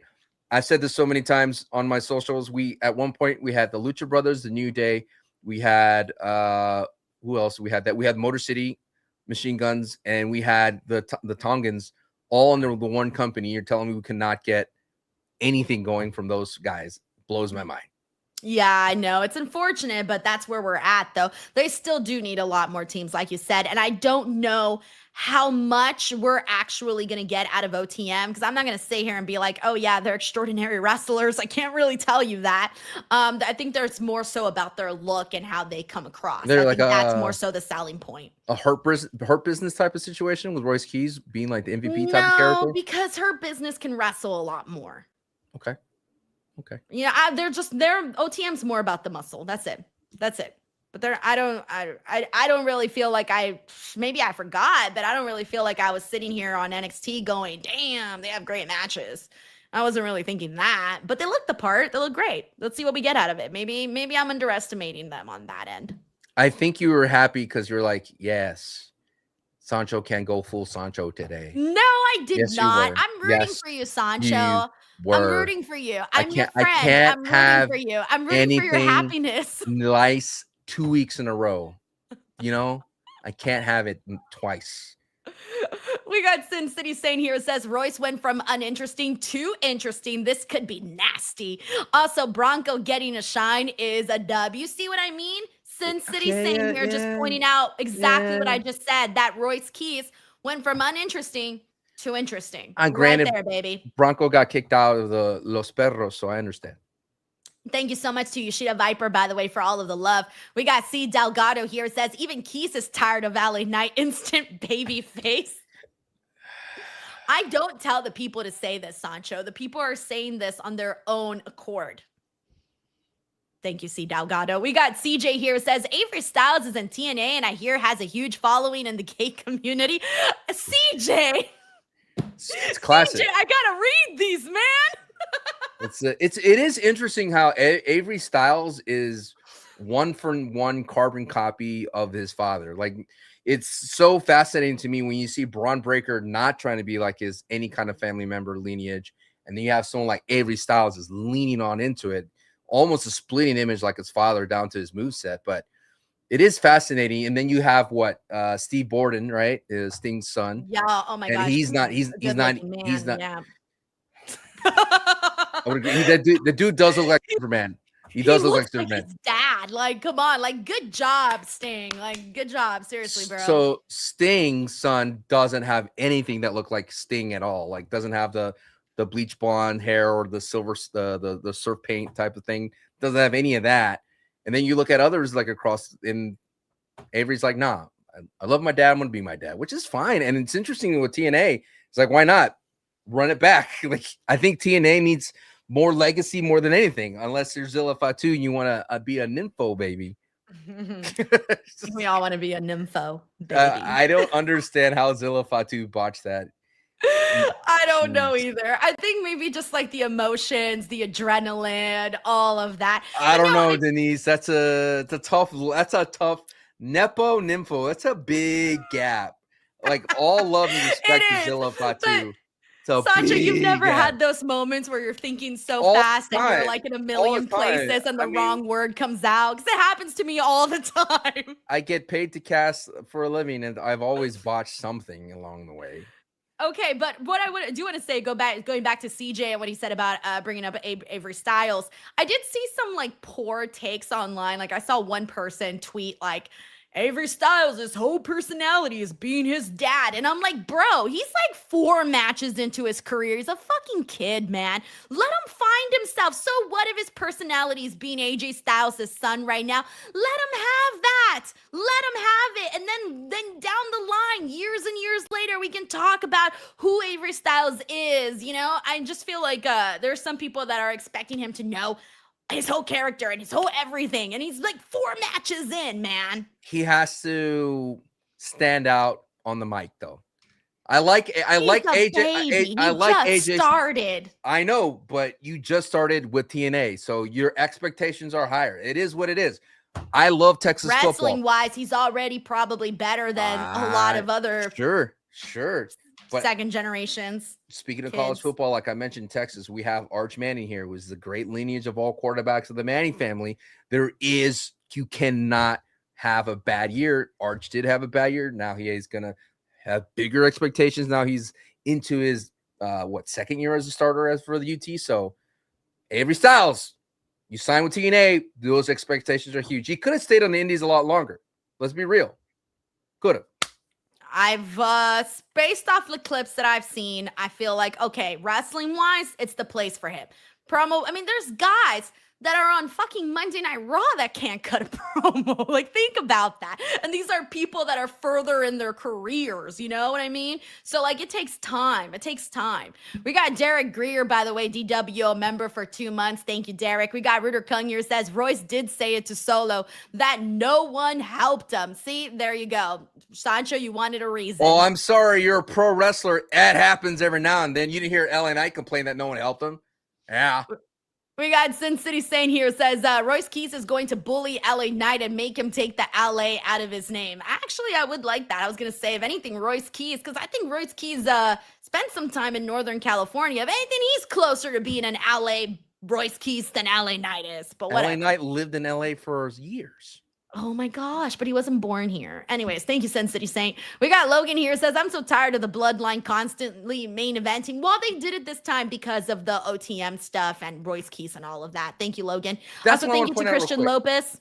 Yep. Sometimes you always go, why did this happen? and it's more of like you have to have the pieces for the big thing at the end. So sometimes in wrestling, you even know like why was this person in the main event? Is because X, Y, and Z, and the Z is the OTM. It's sometimes you got to wait for that Z to drop.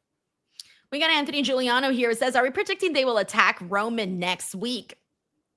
What do we think? There's no way. I mean, it'd be sick because you have to get Jacob involved, right? Yeah. And I think Royce Keys with OTM is there for Jacob Fatu to take care of. I think Roman will send Jacob Fatu out there, and then having Jacob Fatu go up against these three would kind of cement Jacob Fatu as a badass even more. I don't think it would bury OTM and Royce Keys if Jacob Fatu ends up destroying him or any kind of way. I think you're just gonna get a big clash between that. And even if it ends up being Jacob Fatu and Jey Uso and Jimmy Uso going up against Royce Keys and OTM, I still think that'd be great. I just think this is just a way to clear the field for LA Knight, for Solo Sikoa, and Roman Reigns. If it's Money in the Bank with those three, I think that'd be still interesting matchup as well.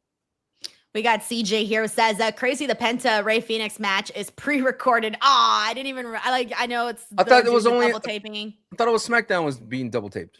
I don't fucking know. I just know they're doing a double taping today. That's all I know. And I know SmackDown is pre-taped, but I didn't know if they were. I'm assuming they're doing SmackDown. Are they doing SmackDown tonight, or what's the deal they're doing with that? SmackDown tonight. That's what I heard. Okay, But then. not Monday night. No way, right? I don't know. I I don't hope work. not. I don't work there, bro. How you expect me to know? Thank you, CJ. We got Sin City Saint here says, Denise, just Liv Morgan Sancho. I'm rooting for you, girl. I'm your friend. I Liv Morgan Sancho is hilarious. I am your friend, Sancho. I'm rooting for you, okay? Whatever. I am the Raquel to your Liv. Wow. We got Sheldon Jackson here who says, honestly, I think Big Cass should have stayed in TNA as W. Morrissey and be a main eventer because his return has been complete shit to me so far. I've been seeing a lot of people haven't liked what Big Cass has been doing with Javon. I don't mind it at all. Am I missing something here? I think it's just because it comes at a cost of Javon Evans. Like Javon Evans was doing things and he was winning, but I think, like I said, Baron Corbin is the same kind of example that I see on the flip side with Monday Night Raw and Big Cass. Big Cass is there for Javon Evans to overcome. Baron Corbin's there for Trick Williams to overcome. The question is, can Javon rise up to the occasion to overcome Big Cass? And that I think that's the challenge, because it is a veteran who's been around, who knows what it takes. And if Javon can't step up in terms of kayfabe wise and even backstage wise to overcome Big Cass, then is he even ready for this level if he can't outshine Big Cass? I think they have great chemistry. I think it's fun. I think it is like I guess what's the word I'm looking for? An unexpected delight. And I say that word without finding a better phrase, of Corey Graves just burying Big Cass at every moment that he can do. And that Michael Cole has to defend Big Cass. It's so weird to me when Michael Cole's defending Big Cass and Corey's doing all of the face commentary for Javon. And it's interesting to see how that plays out. And it's wild to me how the WWE is choosing to navigate those waters. It's just letting it just work out as the way it is.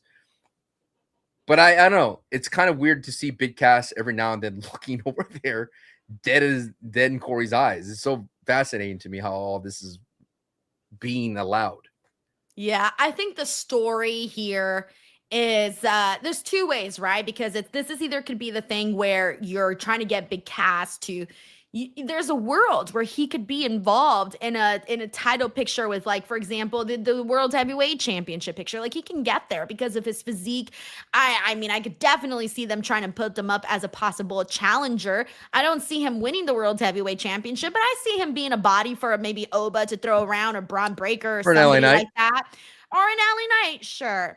I'll give you that one, Sancho. So I can see him getting up there. So if that's the goal, then Javon isn't going to defeat Big Cass. But if they want this to be more so about giving Javon Evans an obstacle and having his like moment where he goes from a boy to a man and defeats Big Cass, then that's a totally different discussion, right? So I guess at the end of the day is, what's the end game? Is the end game to level up Javon? Or is the end game to level up Big Cass? I think we're still in the middle of the story, but I think we're more sort of I'm leaning more towards this being about Big Cass climbing up those rankings, because I don't feel like they brought him back just for shits and giggles. Well, you looking at Javon's side of the story, like, who could he level up against if Big Cass wasn't there? It was Rusev, and Rusev is not around right now. So it's like, who you can't feed Javon to Penta, because that would be the way for Penta to put down Javon, but that would be a great way to level up Javon, right? Beating Penta, beating the Chad Gable. Those are the kind of opponents that you would think Javon would be in right now. And I think the people who are Javon fans were thinking that was where the next trajectory was. I mean, he was dealing with like a variety of weird, random people every now and then, and he would have a banger of a match. But now that he has his first, like, really set, like, probably solid feud, I don't think anyone expected to be Big Cass. I think that's where you have people going, eh. And at the same time, Big Cass, I feel people were still holding on to the past of his 7 feet tall, and you can't teach that. So he comes out with a whole new persona, whole new theme. His theme debuted today. It's like a very Diesel-like theme, but I think it's just still a lot of people getting used to. Whereas Baron Corbin is basically Baron Corbin still. Like, he's still the same dude that we saw, bum-ass Corbin, happy Corbin, lone wolf Corbin. We still are seeing the same kind of product of Baron Corbin when he just left WWE. And if you had to ask between the two, which ones I'm enjoying Baron Corbin right now on SmackDown. Really? See, and I think I'm enjoying Big Cass more than I am Baron Corbin. Well, you think he's like a singles title projection. I think for me, for Baron Corbin, I see it because he's a no-nonsense heel, and it just works for me in a world where everybody is trying to be cool. And Big Cass, I don't think he's trying to be cool either, but I just think Baron Corbin's doing it better. Yeah, I just don't think I'm as upset as like Sheldon Jackson or anybody else about this, because I feel like there's still time for Javon. There's still time for him to 21. Do his thing. Whereas like Big Cass, you know, like he's getting up there, like this is it, like this is whatever he gets out of this run, this is probably going to be it for him, right? So that's why I don't have a problem with the story that they're telling right now and what they're doing with him. But at some point though, he is going to have to take out bigger and bigger opponents. And I think Javon might end up finding himself in a place where he's facing all of these obstacles, and those might be the things that eventually have him go from being just a kid in our eyes to finally growing up right before our eyes, because I think that's the problem right now. Like, we love Javon as a wrestler, but I think that people don't take him seriously in the sense of like, for example, if you were to see Javon and Braun Breaker, like that would be a fucking awesome match, right? But you know Braun Breaker is going to come out on top because that's just what he's doing. That's just who he is. So I feel like until we get rid of that and until we could see Javon in the same kind of manly light, then I think that the perception will start to change. So I wonder if having those hurdles like Big Cass will end up helping Javon Evans in the long run. We have Mictaru here, who says, speaking of Avery Styles, Sancho, if you had watched the returning pay-per-view TNA Lockdown, what are your thoughts? Did you get to watch? I did not get to watch it. I mean, I've seen the crazy highlights. That crossbody off the steel cage was kind of insane. Mustafa Ali. I know, the Hardys lost to the Namath brothers, but I didn't get to watch it as a whole. But if you ask another question, that will cover your $5 super chat. Does that make sense? You know what I mean? They want to answer. I feel bad. I mean, you're good. You're fine. You're fine. Mictaru gets it. Sancho ran from the TNA grind, Mictaru. Look, wait, let me point this out to you. So Javon Evans was in that fatal four-way for the King of the Ring, made it to the semifinals, Had a great match with Gunther. Lost to Jey Uso in that, right? Then he goes into the gauntlet, and then he loses that, of course, into Chad Gable eventually. Or, all that happens. It all shakes out. Then he had a tag team match with Dragon Lee against the Vision. Then he defeated Rusev, defeated Ethan Page, defeated JD McDonough, then lost to Big Cass. But in those moments, Big Cass will come out and beat down Javon Evans. So it's like, it's the first match of Big Cass's debut after 6+ years. He would have to win that. But if you're looking at it, like, he's always been in the mid card. So does this mean that this elevates him to the top of the mid card? That would be the question. But one thing I want to point out before we leave on Big Cass is Michael Cole was putting Big Cass over with, he's been in the ring with Big Show. He's been in the ring for the 50-man greatest battle royal. He's been in the ring with like John Cena. Like, he did a lot of work to make sure that Big Cass is not some just tag team dude from back in the day. Yeah, they need to do that because I think sometimes we forget how many new fans are now becoming WWE fans and they might not know the history or they might not know who's involved. So you can't just expect people to know. And yeah, there you go. We got Lions, 1079 MD. Thank you, Lions. Says, maybe it's just me, but I feel like SummerSlam felt like a mini reset for the roster. In my opinion, Raw and SmackDown has been cooking ever since, especially now after the way Raw ended tonight. Can't wait to see where this goes. Oh, Lions, I feel like me, Santi and Sancho, we've been having these conversations on our Raw and SmackDown post shows where I really truly feel that after SummerSlam, we got like a little, like WWE got a little kick in the butt, you know, and suddenly there's a little fire that's been lit underneath them. And if, for example, I think the best example is if you're looking at Sunday night's main event, that could have easily been a forgotten show. Some of us might have even skipped it. I probably would have even skipped it. And instead, they're starting to stack it up and put matches that you care about that you don't want to miss. I mean, look at Oba Femi and Bron Breakker. That contract signing that they did, I was a big fan of this one. And I think it's like doing things like that and keeping things going. And even, for example, like tonight, keeping things going and not making it feel like we have to watch the same thing over and over. Like, honestly, Sancho, let's be real. We could have watched this main event. WWE could have easily done this main event like 3 weeks in a row. And because they've done stuff like that, where we've seen the same main event 3 weeks in a row in the past. And the fact that they're like thinking about things and adding things and making us be on our toes. Like, I didn't know I was going to be here talking about OTM and Royce Keys today. I think all of that is really just showing that right now we are with the green flag. They saw the green flag. They're going. They're going. That's all I know. Thank you, Lions. But let's go ahead and get into that, though. Bron Breakker and Oba Femi Sancho. I was saying how I felt like this segment was 10 out of 10. I thought at first, I worried a little bit for Bron because I thought, ooh, Oba bringing up that had Bron, who called him an orange man, by the way, because of his tan. That was hilarious. But Oba bringing up that if Bron would have came around during John Cena's time or Roman Reigns' time, that maybe he would have been the man. But no, instead he came in 2026 during the time of Oba Femi. I thought this was hilarious because on top of that, not only did he like try to smother Bron Breakker by making him look bad, but also ended up John Cena and Roman Reigns ended up catching some strays from Oba Femi during that. But the second part that I liked, Sancho, was Bron getting into the face of Paul Heyman and saying that Paul Heyman was Oba's daddy and telling him, sign the contract for him, right? All of that was really good. I love the shots that we got to see. We got a mini preview of the physicality between them, and it was good. How'd you feel about this? I still feel like Bron Breakker is, still in a must win. Every moment promo matters. I think Oba could, miss a promo here or there because they have more of a runway for Oba Femi's future.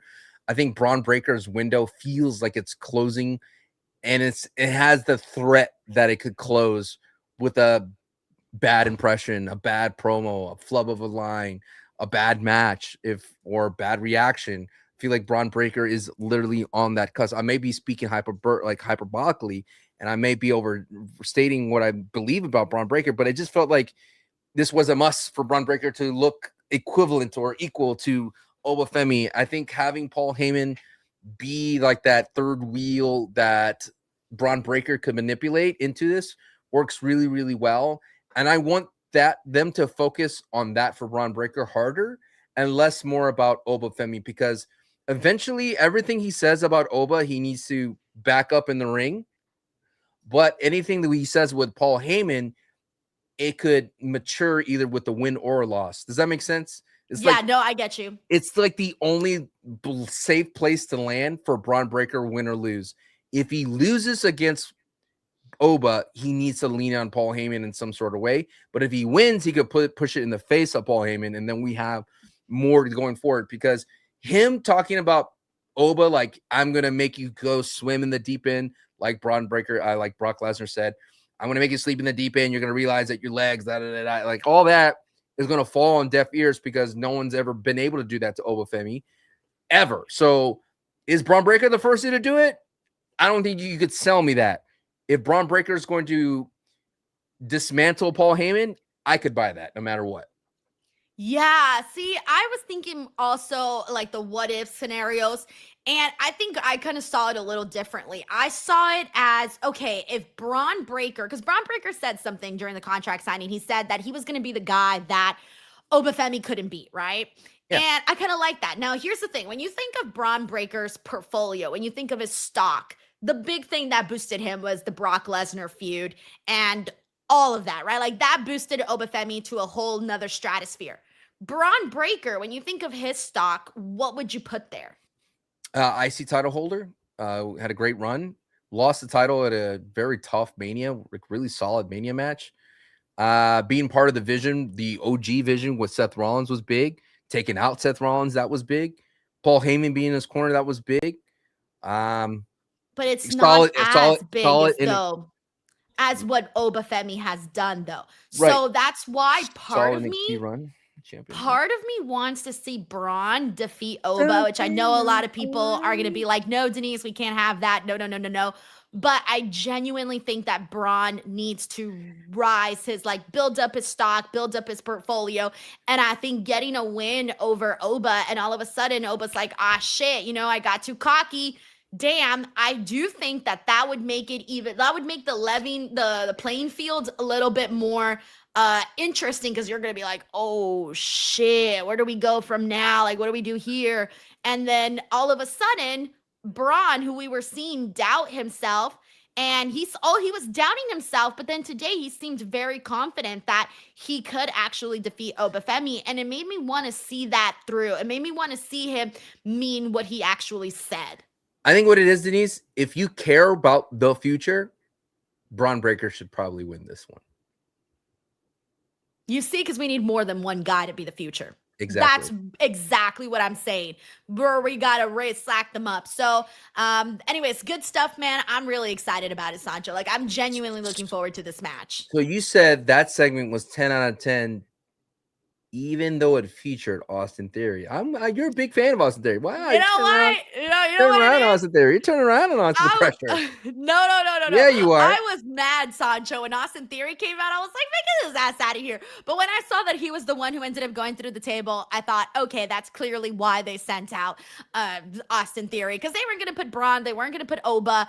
And it was going to, if you would have put Braun, like, let's say Braun would have taken out Oba on the table or vice versa, then suddenly we'd be here being like, oh, well, that person's gonna win because he's gonna get his revenge at Sunday night's main event. Now we're sitting here going, they both kind of got at each other. They both got some good moments in there. So who's gonna win? I think it made it harder for me to read, to forecast who would win that match at Sunday night's main event. Would you like the segment better if it was Logan Paul taking that bump? I don't think it would have made a difference. I would have made it would have made a big difference for Oba to take out Logan. That would be big. That'd be big. But Logan would have talked more. I think if Logan went out there, he would have made it more about himself, and that would have been kind of No. I'm talking about the run-in, right? The run-in of Logan. Yeah. That would have been sick, because then Logan would have put Oba over on his socials.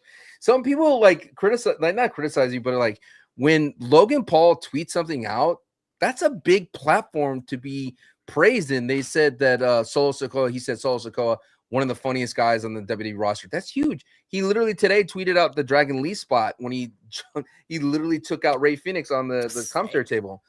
He tweeted that out. Like, I think if Logan would have been the guy that took that bump from Oba, he would not only put him over on the socials in a way like the heel would, but at the same time, he would have been on a vlog about, like, dang, Oba's legit. Like, he picked me up like I was nothing. Like, all that stuff would have mattered. And I think with Logan Paul being out, in terms he can't get physical in the ring, I do think the stock of the division does go down, and the eyeballs of the division goes down too a lot. Bro, I don't know if the division can get much lower in my eyes. They're like down there, bro. They're with the ants. They're not lower as Alpha Academy when Chad left Alpha Academy. I don't know. Because here's the thing, though, is when Chad left Alpha Academy, I still had a soft spot for those two. I don't got a soft spot for Theory or Logan Paul. Where's the plan to bring back Otis? Because clearly he's going to come back and screw over the Vision, right? Maybe. I don't even give two shits about that part of the story anymore. Like, I could not give two shits. I'm sorry. Your No, that soft spot's turn all gone. hard. That soft spot had an expiration date. It expired like 2 years ago. I'm sorry. We got David Primero here who says, questions for the both of you. If you get a chance to Thanos a title reign, would you remove Charlotte or Roman's title reign from history, and why? I wouldn't remove any of those at all. I would Which never one? Charlotte has Thanos anybody. 15. She has 15 title reigns or 14 title reigns. Fine then. So pick one of hers and then that's it. But I would never want to Thanos anybody's title reign. I hate that TNA even put that as a stipulation. Horrible idea. Don't like it. Wait. Fill me in on this. They have a stipulation. Cedric Alexander and Leon Slater. So Leon Slater was about to break the record a while back. Yeah, I remember that he was like a day off. Yeah, a day off, and then they had him lose it. So Cedric won the title, right? So he fell to second. Yeah, was going to have the second longest title reign. So for Lockdown, if Leon would have lost to Cedric, then they would have erased his whole title reign as X Division champion from the TNA books. Kind of fun. Yeah. Filling you in. That's what's going on over there. Thank you, David. We also got that is TikTok- a TNA ass thing to do, though. right? TikTok super fan here says Lyra's so good at this character. I don't know how she makes her face look the way that she does. Like she's shiny, but also has stuff on it at the exact same time. Matte. Yeah, she's so matte. She has like 4 layers of makeup on and just looks so disgusting. Yeah, I wonder And if she greasy. just puts the She's so makeup on. greasy too. That's what I'm wondering, how she does that. Because I'm like, does she put the makeup on and then just like rub it all over her face and then just keeps it on the whole day? Because basically, if you don't like keep powdering your face and touching up, the makeup starts to not look as like clean as the day goes on. So I'm wondering how she does that. She doesn't blend it. I think she doesn't blend it. You're talking to a theater major. When I look at her makeup, it doesn't look blended. I don't even know if she has. I can't tell. I have no idea. She kind of looks a little different. It's definitely greasy makeup. Like she has greasy makeup. You know there's different kinds of makeup. With greasy makeup, that stuff gets caked on and doesn't come off. So I don't know, but it looks crazy and it's working. Thank you, TikTok super fan. We got Jane Gwynn here says the universe saw how beloved Sting was and said bet when it made Steve Borden. That man is dang near a copy and paste of his dad. Also, Sancho LA Knight complained for months about numbers at this point. He did. He really did. Haters, dude. Bunch of haters. Thank you, Jay. We got Munatami here. It says big part of Big Cass is Corey Graves' commentary. It's so good. I think my favorite is, did you see that that screenshot that went viral on Twitter of him like standing in front of his Tron? So he's blocking the C, so it says big ass. It's classic. And then his t-shirt, the C is like much bigger, so it almost looks like a little wall. And so it looks like it says big ass. That's my favorite part. Thank you, Munatami. Also, thank you to Earl. We got TikTok super fan here says, so happy all ego is back. You know, have you noticed, Sancho, that Ethan Page gets a lot of attention from the ladies? He's all ego. He's Ethan Page. He's a good looking dude. Yeah, dude. Like every time I post anything about Ethan Page, I'm not kidding you, all of the girls are quote retweeting, and I'm like, oh, he gets the most quote retweets from the girls than like anyone I've seen besides like maybe Dominic Mysterio and Roman Reigns. Very interesting. Thank you, TikTok superfan. We got Sin City Saint here. It says, I think they are setting this up for Enzo to come back against Big Cass. That's why he's been beating up smaller guys. They reminded him of Enzo. Nah, dude, I don't think Enzo is going to be in WWE. I don't see it. I've seen the shape that Enzo is in. I don't think he's getting ready for a WWE run. That makes sense. Yeah, thank you, Sin City Saint. We got Pooley1290 here who says, LA Knight keeps talking about winning a tournament to beat Roman. I see a briefcase in his future. Also, congrats, Sancho, on the promotion. Yes, you got promoted, Sancho. Did you know that? Yes, you got promoted. You are on the SmackDown post show. We made the announcement last Friday. Here on the stream, because me and Santi hadn't told everybody that he was wrapping up yet until last Friday. So then I had to do like a good news, bad news type of thing, and like, okay, I'm sorry guys, the bad news is Santi's gone, but the good news is Sancho's replacing him. The better half of wrestling is cool. So you got a promotion. It's more of that Santi he's big timing everybody now that he's the founder of Club WWE. Do you understand? You see him in his BMW, he thinks he's all of a sudden high and mighty out there. How many channels is this guy going to have? chill out. You know what I mean? No, but also Sancho, you should be happy too because you're the first person here, my first co-host ever to be part of 2 shows in 1 week permanently. Just wait. I'm coming after everybody. I'm Thanos in it all. Yeah, there you go. Hey, pull up for NXT, pull up for AEW. Getting them all. I remember Chinadu, my NXT co-host, he messaged me one day because he couldn't make the show. And I was like, oh, it's fine, whatever, right? And then he messages me back and he goes, don't let Sancho replace me. Thank you, Pooley. Thank you, Rob, also for the love. We got Neon here. It says, I would have added Saquon, Sugars, or EK Prosper. EK Prosper he's still growing on NXT. Let's let him have his moment, let him cook there. Saquon Sugar, he needs to find himself first, still what he's like after Dark State. So I'm good with what they did with OTM. Thank you, Neon. We got Mike here who says, just a compliment, Denise, you're very cute. Thank you, Mike. See, I'm cuter than Sancho. Unless someone comes out here and says Sancho's cute. Sorry, Sancho. You're the ugly duckling. All right, we got you, Shy Viper here. Thank you for the love. We got Aldo McNaught. Thank you for the love, bro. We got SRT Bad Brains here. It says, tonight's show is why Braun should stay in the Vision. Have the Vision be Braun's flunkies to help him cheat or... It is flunkies, but you were going to start saying something else. I was going to say funkies. There's an L there. Flunkies. Flunkies. Braun's flunkies to help him cheat or get killed by Oba while Braun escapes. I'm sorry, SRT Bad Brains. I get your perspective, but I just want him out. Like, I feel like he's in jail while he's with the Vision. Set the man free. Free Braun Breaker. Thank you, SRT Bad Brains. We got Anthony Giuliano here. It says, what happens if Bronson Reed cost Oba the match? Ooh, I didn't think about that. Everybody's been talking about his brand new physique, Sancho. You think that's a possibility? Speaking of physiques, absolutely. Sure, but that still hurts Braun Breaker's stock. It's like it needs to be a Braun Breaker getting a win, whether it be clean or by hook or crook by Braun Breaker. If it's at the cost of Bronson Reed, I don't know. I genuinely feel like Bronson Reed's gonna make one of those debuts where he just pops back in. You know how sometimes the Raw's like, oh, Bronson Reed's back.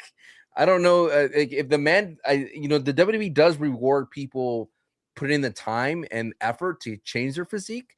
So maybe they give him that opportunity against Oba. But again, if you have Bronson Reed be the focus of Oba going forward, then what's that say about Braun Breaker? Right. Yeah, I'm with you. I think I'm going to go with my original gut feeling, which is maybe having Braun defeat Oba. I'm going with it. Fuck it. Doing something different. Thank you, Anthony. Lock it in. We got Terrence Matthews here. It says, Denise, did you say they had a video package for Lola? Yes, they did, guys. So it looks like Lola Vice is getting called up to Monday Night Raw and is making her debut at the September 14th edition of Raw, which is going to be held in Mexico City. And she's very over in Mexico, so she'll get a really good reaction. Sancho, how do you feel about Lola being added to Monday Night Raw? I feel bad for Damien. Oh, yeah. I did think she was going to be on SmackDown. Yeah, I know. I thought Damien would be able to hang out. I mean, that's always a plus. But I'm excited for Lola. Oh, and then the week after, they're gonna be in San Antonio. Yeah. See, it's looking pretty cool for her right there. Good. I doubt she'd be a heel. It'd be nice. Because when I saw OTM, I was like, oh, cool, another heel. We need more heels. OTM with Royce Keys. But the ladies need a lot more heels than ever because it's just Judgment Day and Lyra. Yeah, I think what I like about this is how many Latinas we're putting on Monday Night Raw. It's heating up over there. And I'm wondering if she's going to end up doing something with Stephanie Vaquer. Where is she going to fit into this? She's going to be another body for the IC title picture, which is going to be fun. Becky, Steffi, Lola? For what? I mean, right now it's Lola. It could be the third for Stephanie Vaquer and Becky Lynch against Judgment Day. Maybe they could do that. Or maybe she'll go in there and face like Raquel for the IC title, work with Lyra, work with Soul. And, there's another body there and she can go. So that's the part that I'm really excited about. I would love to see her in a confrontation with Liv Morgan. I think that would be fun. I don't know. I just feel like there's a whole world of possibilities. Let's see how creative they decide to get with Lola. But yeah, I'm very happy for her getting to make her debut in Mexico, I think is the right call for her. And let's see how it goes. I love the vignette too. It was really cool. It made her look glamorous, but also very tough. I do see them maybe putting the title on her in Mexico and have Raquel lose there. No, that would be kind of messed up for Raquel, man. But No, I don't think look they do how that they're there. booking. Look how they're booking her. She's just Liv Morgan. Like the best I scenario know, for it's Raquel rough. was her to beat Liv Morgan. She got tossed out of the Rumble by Liv Morgan. They had an opportunity to do something there, and they didn't pull the trigger there. And now she's just being Big Daddy Cool, which is fine. It's fine being the Big Daddy Cool to Liv Morgan. That's cool and all, but at the same time, it's like I just get tired of her interfering in a Liv Morgan match. I get tired of Liv Morgan interfering in Roxy and Raquel matches. They got to do something different with Judgment Day because it's the same thing over and over again with all three of them. Yeah, no, I feel bad because I keep forgetting Raquel's champion until I see her with the championship belt. She's kind of in the background, even though she is a champion. As for Roxanne, I eventually want to see her turn on Liv. I don't know when that's officially happening. They slowed that down a whole lot. That was going somewhere at one point, and then it just kind of stopped. But here's the thing, though. We do got a match that is happening. Oh, you know what? First, let me get to this one first. We got DC for Life here. It says, hey, Denise and Sancho, think Ruka will win IC title next week?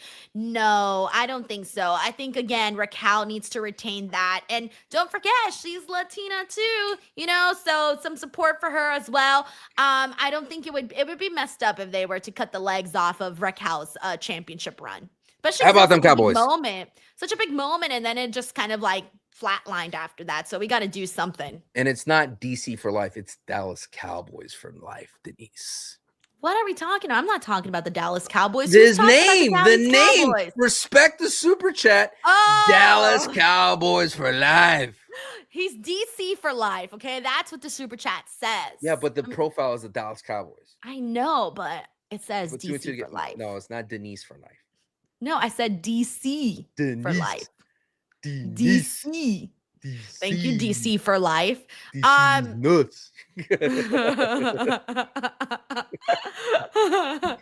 was I going to talk about? Thanks, Sancho. Now you completely stirred me in a different direction. It's so easy to just get off track. Like it's so That's your fault. Your fault. You made me. I was already getting ready to go to the next thing, and then you were like, "Here's a D's nuts jokes that I know is going to get Denise." All right. Oh yes, we do got a matchup not next week, in 2 weeks. Stephanie Vaquera versus Liv Morgan for the title, and that's going to be in Mexico. You think it'll happen? You think they're going to go and have Stephanie? You think Liv might drop the belt there or no? I don't know what to think. I find it interesting because I said this during my watch party. Is we've kind of missed a good opportunity for Liv Morgan to raise her stock even higher. You know, by defeating Becky, just in general, like just having matches, just putting her in the ability to be as one of the best heel championship holders of all time. Like literally, like I know the joke is like she thinks she's the best of all time, but she could easily be in that position if you just let her wrestle more. And then when I like look at it, the wasted opportunity, like they have white hot Liv Morgan versus Stephanie Vaquera, and now when I see them on the screen, I'm like, Becky has become much more much more interesting out of those three. I want to see what Becky does. Like that to me is more interesting than whatever they're booking wise are doing with Liv Morgan and Stephanie Vaquera, because it's the rinse and repeat Judgment Day, go through Roxy, interfere with Raquel, interfere with Liv. Oh, this time Becky comes in for the save. So Stephanie wins her first match in about a year or so. And then you're coming in again, you're going to go against Raquel. You're going to do it's tag team. It feels so formulaic when they had something so interesting with Liv Morgan and Stephanie Vaquera. I feel like they dropped the ball a little bit about getting it to that fever pitch that it was before the injury to Stephanie. I thought the end game was okay. So I had originally thought, all right, Liv beats Becky. Becky faces Stephanie, and that's kind of where I thought the original order was going to go here. Now I'm wondering, okay, if we do with Liv and Steph, there's a world where Steph wins and she goes on and she faces Becky, because they've been teasing that a lot more now than they even did Becky and Liv. Like Becky and Liv hasn't been teased nearly as much as Becky and Stephanie. Sure, but why kill the momentum of babyface Becky that's been kind of working? I don't know. I don't know, because to me, like when you got Becky and Stephanie, to me, I'm rooting for Stephanie. Like she's my baby face right there. But Becky with Liv, Becky's the baby face in that dynamic. I think they truncated a lot here, and they shot themselves in the foot, because when they had Becky and Liv, I was like, I'm on board. And then when they brought Stephanie in, I'm like, wait a minute, I wanted this first. You ever go to a restaurant and get served your appetizer at the same time as your main course? Messes up the whole meal. I'm sorry. Really? Then, not me. Oh, if I order, I love that shit. I order a soup and it arrives when my main course arrives, I'm upset. Really? No, not me. I love selection. I'll be there like eating everything, just like the whole time. That's the whole point of the appetizer. I want it. You're gonna freak out when I tell you this, Sancho. Sometimes I order appetizers for like my actual dinner. That's fine. I'll get the appetizer sampler too. Oh, I'm at it. I'm like, I'm just gonna eat everything. I do that at the Cheesecake Factory. They look at you weird, like, wait, you want 3 appetizers? Like, come on, bro. By the way, I was waiting for this. We got Gactus one who says was watching on TV and had to comment. My boy Sancho, cute AF, and he's not Club WWE. Right. We got to give you a solo. Hold on, Sancho. Here you go. This is your cute AF solo. Do the pose. Do the pose. There you go. Hey, watch out, guys. Lock up your daughter. Sancho's coming. Wait, why would you say that? Like, what? Say wife or something? Oh, don't they say lock up the daughters? No, they don't. They don't, Denise. Jesus Christ. I thought it was lock up your daughters. Oh, it's lock up your wives? Oh, okay. Take 2. Here we go. All righty, everyone. Lock up your wives. Sancho's coming. Don't lock up your daughters. Your daughters. I hate it here. You're literally saying hide your kids, hide your wife. You're literally. Okay, fine. How about this one? Lock up your grandma. Sancho's here. Is that better? Why did I agree to SmackDown? And it gets crazier up in here on Fridays, by the way, because by the end of the week, I'd be giving 2 shits. All right. Thank you, Gactus. We got AJ Trip 20 here. It says, after tonight's loss to Stephanie Vaquer, Roxanne Perez is now 2-21 in her last 23 matches. Oh, my God. She's lost 21 matches? She's Money in the Bank ready. Oh, Lordy. That's rough. Thank you, a Money AJ in the Trip, Bank. for letting That's us know. a Money in the. It's interesting. You think Roxy? I think Roxy would have been a great babyface, honestly, on the main roster. Oh, yeah, because she was like a babyface early in her career, was what she was kind of known for, I feel. People weren't accepting her as a heel. But now she's been doing a good job, so let's see what happens with that. Thank you, AJ.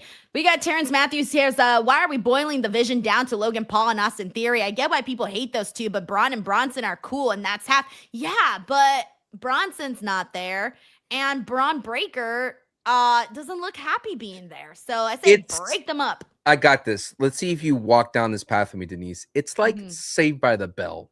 And then when they did Saved by the Bell, the college years, you're like, go back to the original cast, please. Thoughts? Hold on. Say that one more time. It's like Saved by the Bell. And then when Saved by the Bell college years came out, you're like, go back to the original, please. Oh, okay. Sorry, I didn't watch Saved by the Bell, so I couldn't really get up on there with that one. I've only seen a few episodes. I'm sorry. Oh, so thank you to Isworld. This is what I was checking. That's why I got distracted. Isworld corrects us, by the way. Steph versus Liv is not in Mexico. Sorry, they said 2 weeks. So I was like, okay, 2 weeks. That's in Mexico. My apologies, everybody. That is September 7th edition of Raw. That's the week before the Mexico show. How can you not watch the greatness of Bayside High, of Zach Morris, AC Slater, Kelly Kapowski, Jesse Spano, Lisa Turtle, Screech Powers? I haven't Mr. had time, Belding? Sancho. I'm sorry. I haven't had time. This was during that, like, when you were younger. What are you talking about? What are you watching? I was a busy child. I was a very busy child, you know. I was It outside would come on, running errands. It would come on before school. That was the whole point. Because you would never think that you would make it to school on time. Yeah, no, I slept in late and was late to school all the time. So I was like not on time. I didn't have time for TV. I had to walk to school too, so I'm there's that. declining SmackDown posters. It's too late. You're in it, baby. You signed a contract. Thank you, Isworld. He did not sign a contract. You shut a Viper here. Thank you for the love. We got DC for life here. Says, I would have said Soruka. I would have Soruka beat Raquel next week for IC title. I would have Soruka beat Raquel next week for IC title. Have Lyra feud with her if she wants to have title match. Well, it's crazy how many people we've had here talk about Soruka beating Raquel. I wasn't expecting that. It's because Raquel hasn't been a strong presence, but I think Lyra would cause Soruka her title. And then you have Soruka versus Lyra without the title. Thank you, DC for life. We got Sean BMT. Thank you for the love. We got Anthony Giuliano here. It says, why is Sancho getting all the spots? I'm free to do the post show. Sancho, you want to defend your positioning on this one? Yeah. Lock your daughters, lock your wife. Lock your daughters, lock your wives, lock your grandmas. Sancho West is coming Friday nights. Help me, Lord. Help me, Lord, please. Give me the strength. Thank you, Anthony. Oh, man, we got Frank here who says, shout out to my fearless leader, Miss Jet Salcedo and homie Sancho Knight. Yeah. I had to pick up little man at 3 from school, so late start to rod. Missed the watch along. Sancho has the daughters and Reg has the mamas. Oh, no, Reg likes the grandmas. Like, fully likes the grandmas. So you can have the daughters. He'll take the grandmas. It's a whole thing. It's a whole thing, Sancho. Welcome to the world of the DWO is, DWO. yes, it is a fascinating world we live in. Thank you, Frank. We also got Dave Costier who says, hey guys, not sure if you talked about the possibility. OTM was always one of those teams that I never thought needed an NXT title run. Like Jada, who started with OTM, bring her up with this group. I was thinking about how like Jada was with OTM and Jada became the bigger star, so she left OTM, and how OTM somehow got to Raw before Jada did. That's crazy. Like you could never predict this shit. Who knows? Maybe it's because of the Jey Uso thing. I don't want to meddle with happening personal real life things, but you never know. Right. I feel you. Yeah. I don't know what the situation is with that. She was gone for such a long time. I think that kind of held her momentum back a little bit, but she's getting back there. I honestly still believe that we'll see Jada Parker on the main roster within the next few months. I do thoroughly believe that because she's got all the makings to be a fucking rock star on Raw or SmackDown. Thank you, Dave. All right. I do want to, before we wrap things up though, I do need to talk about some of these matches that we saw, and more importantly, Rey Fénix versus Dragon Lee. I know we talked very briefly about it, but dude, this match was straight fire, Sancho. And then afterwards, Rey won, and we got to see a little brotherly face off with him and Penta. One thing I've said is that this tournament was not for Penta. Penta's already a superstar. This tournament was for Rey Fénix, to remind the world how great Rey is. Rey Fénix, when he showed up in the WWE roster, just did not have the big splash that Penta had. And because of that, Rey struggled so much on SmackDown. Like, you couldn't buy anything, $1, even though he had 4 quarters. It felt so frustrating to know how great Rey Fénix was. And then seeing his brother getting the baton and getting the, whatever you want to call it, whatever metaphor. But this tournament, we all know is going to be Penta versus Roman Reigns. We know that. So this tournament was to remind the world to put Rey Fénix on the pedestal that he is the equal to Penta. Like, he is just as good as Penta. Does he have the charisma as Penta? That's going to be left to said. But in-ring wise, there's nothing short that Penta and Rey can do together.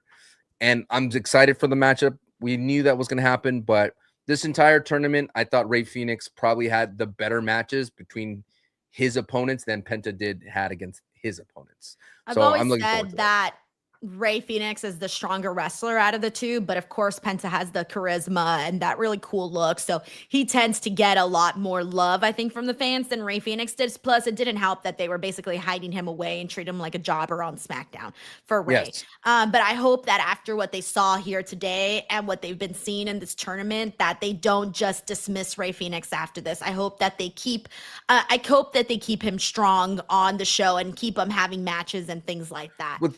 That's what made their tag team so freaking perfect. Was Rey was that guy that would come in for the hot tag, would do the crazy thing, would do the crazy move, And then the emotionality, like the emotionality of it was, or whatever the word, the emotion of that match, the charisma from Penta would like be the thing that puts everything over. I strongly encourage you to watch the Young Bucks match against Lucha Brothers in that cage. You want to see something from beginning to finish, world-class storytelling in ring. That's by far one of my favorite matches from AEW's history. Chef's kiss, man. Fucking, they did great work over there. We got Dave Costier says, Jada's my fave and she would fit great with them. Oh, yeah, because she's got the attitude. So, yeah, she would fit in very nicely. Thank you, Dave. We got Frank here who says, I'm still on standby, right? If Reg F's up and then I get to replace him on Wednesday. Fun show. Got to see my Dark Queen La Primera wrestling again. Yeah, I could just imagine Frank on the show the whole entire time just saying, get the tank. Thank you, Frank. That's hilarious. Alrighty, everyone. That's our show for today. Sancho, tell the people where they can find you and how you're excited you are to take over Santi's spot on the SmackDown post show. It has always been the plan. It has been my destiny. Do you understand, Denise? I already took over Monday nights, and now I took over Friday nights. So the Denise and Sancho connection for WWE is stronger than ever. Extreme professionalism with dumb takes. That's me. Let's go. All right, guys. Well, so starting on September 4th, Sancho will be doing both the Raw post show and the SmackDown post show. So we can't wait for that. And PLEs, of course, and PLEs. So if you guys like Sancho and his mustache, don't worry, you will be seeing him and his mustache here. You let go of the mustache, Sancho, and you're out, though. Gotta let you know. All right, we're gonna have to replace you. All right, as for me, guys, you're already here. Please do not forget to subscribe to the channel. We are so close to 258,000 subscribers. I dropped an interview today with Willow Nightingale. Go check that one out. Give it some love. It's really good. I got plenty more content coming. Make sure you're hanging out with us this whole week. Sunday, I'll be here for AEW All In. It'll be a really great time, and we'll see you guys. Oop, we got Frank here who says, gotta make up for missing the watch along, but I'll catch up on the post show tomorrow. Have a great night to you. Yeah, thank you, Frank. Have a great night too, and have a great night, everybody. We'll see you guys on the next one. Bye, everyone.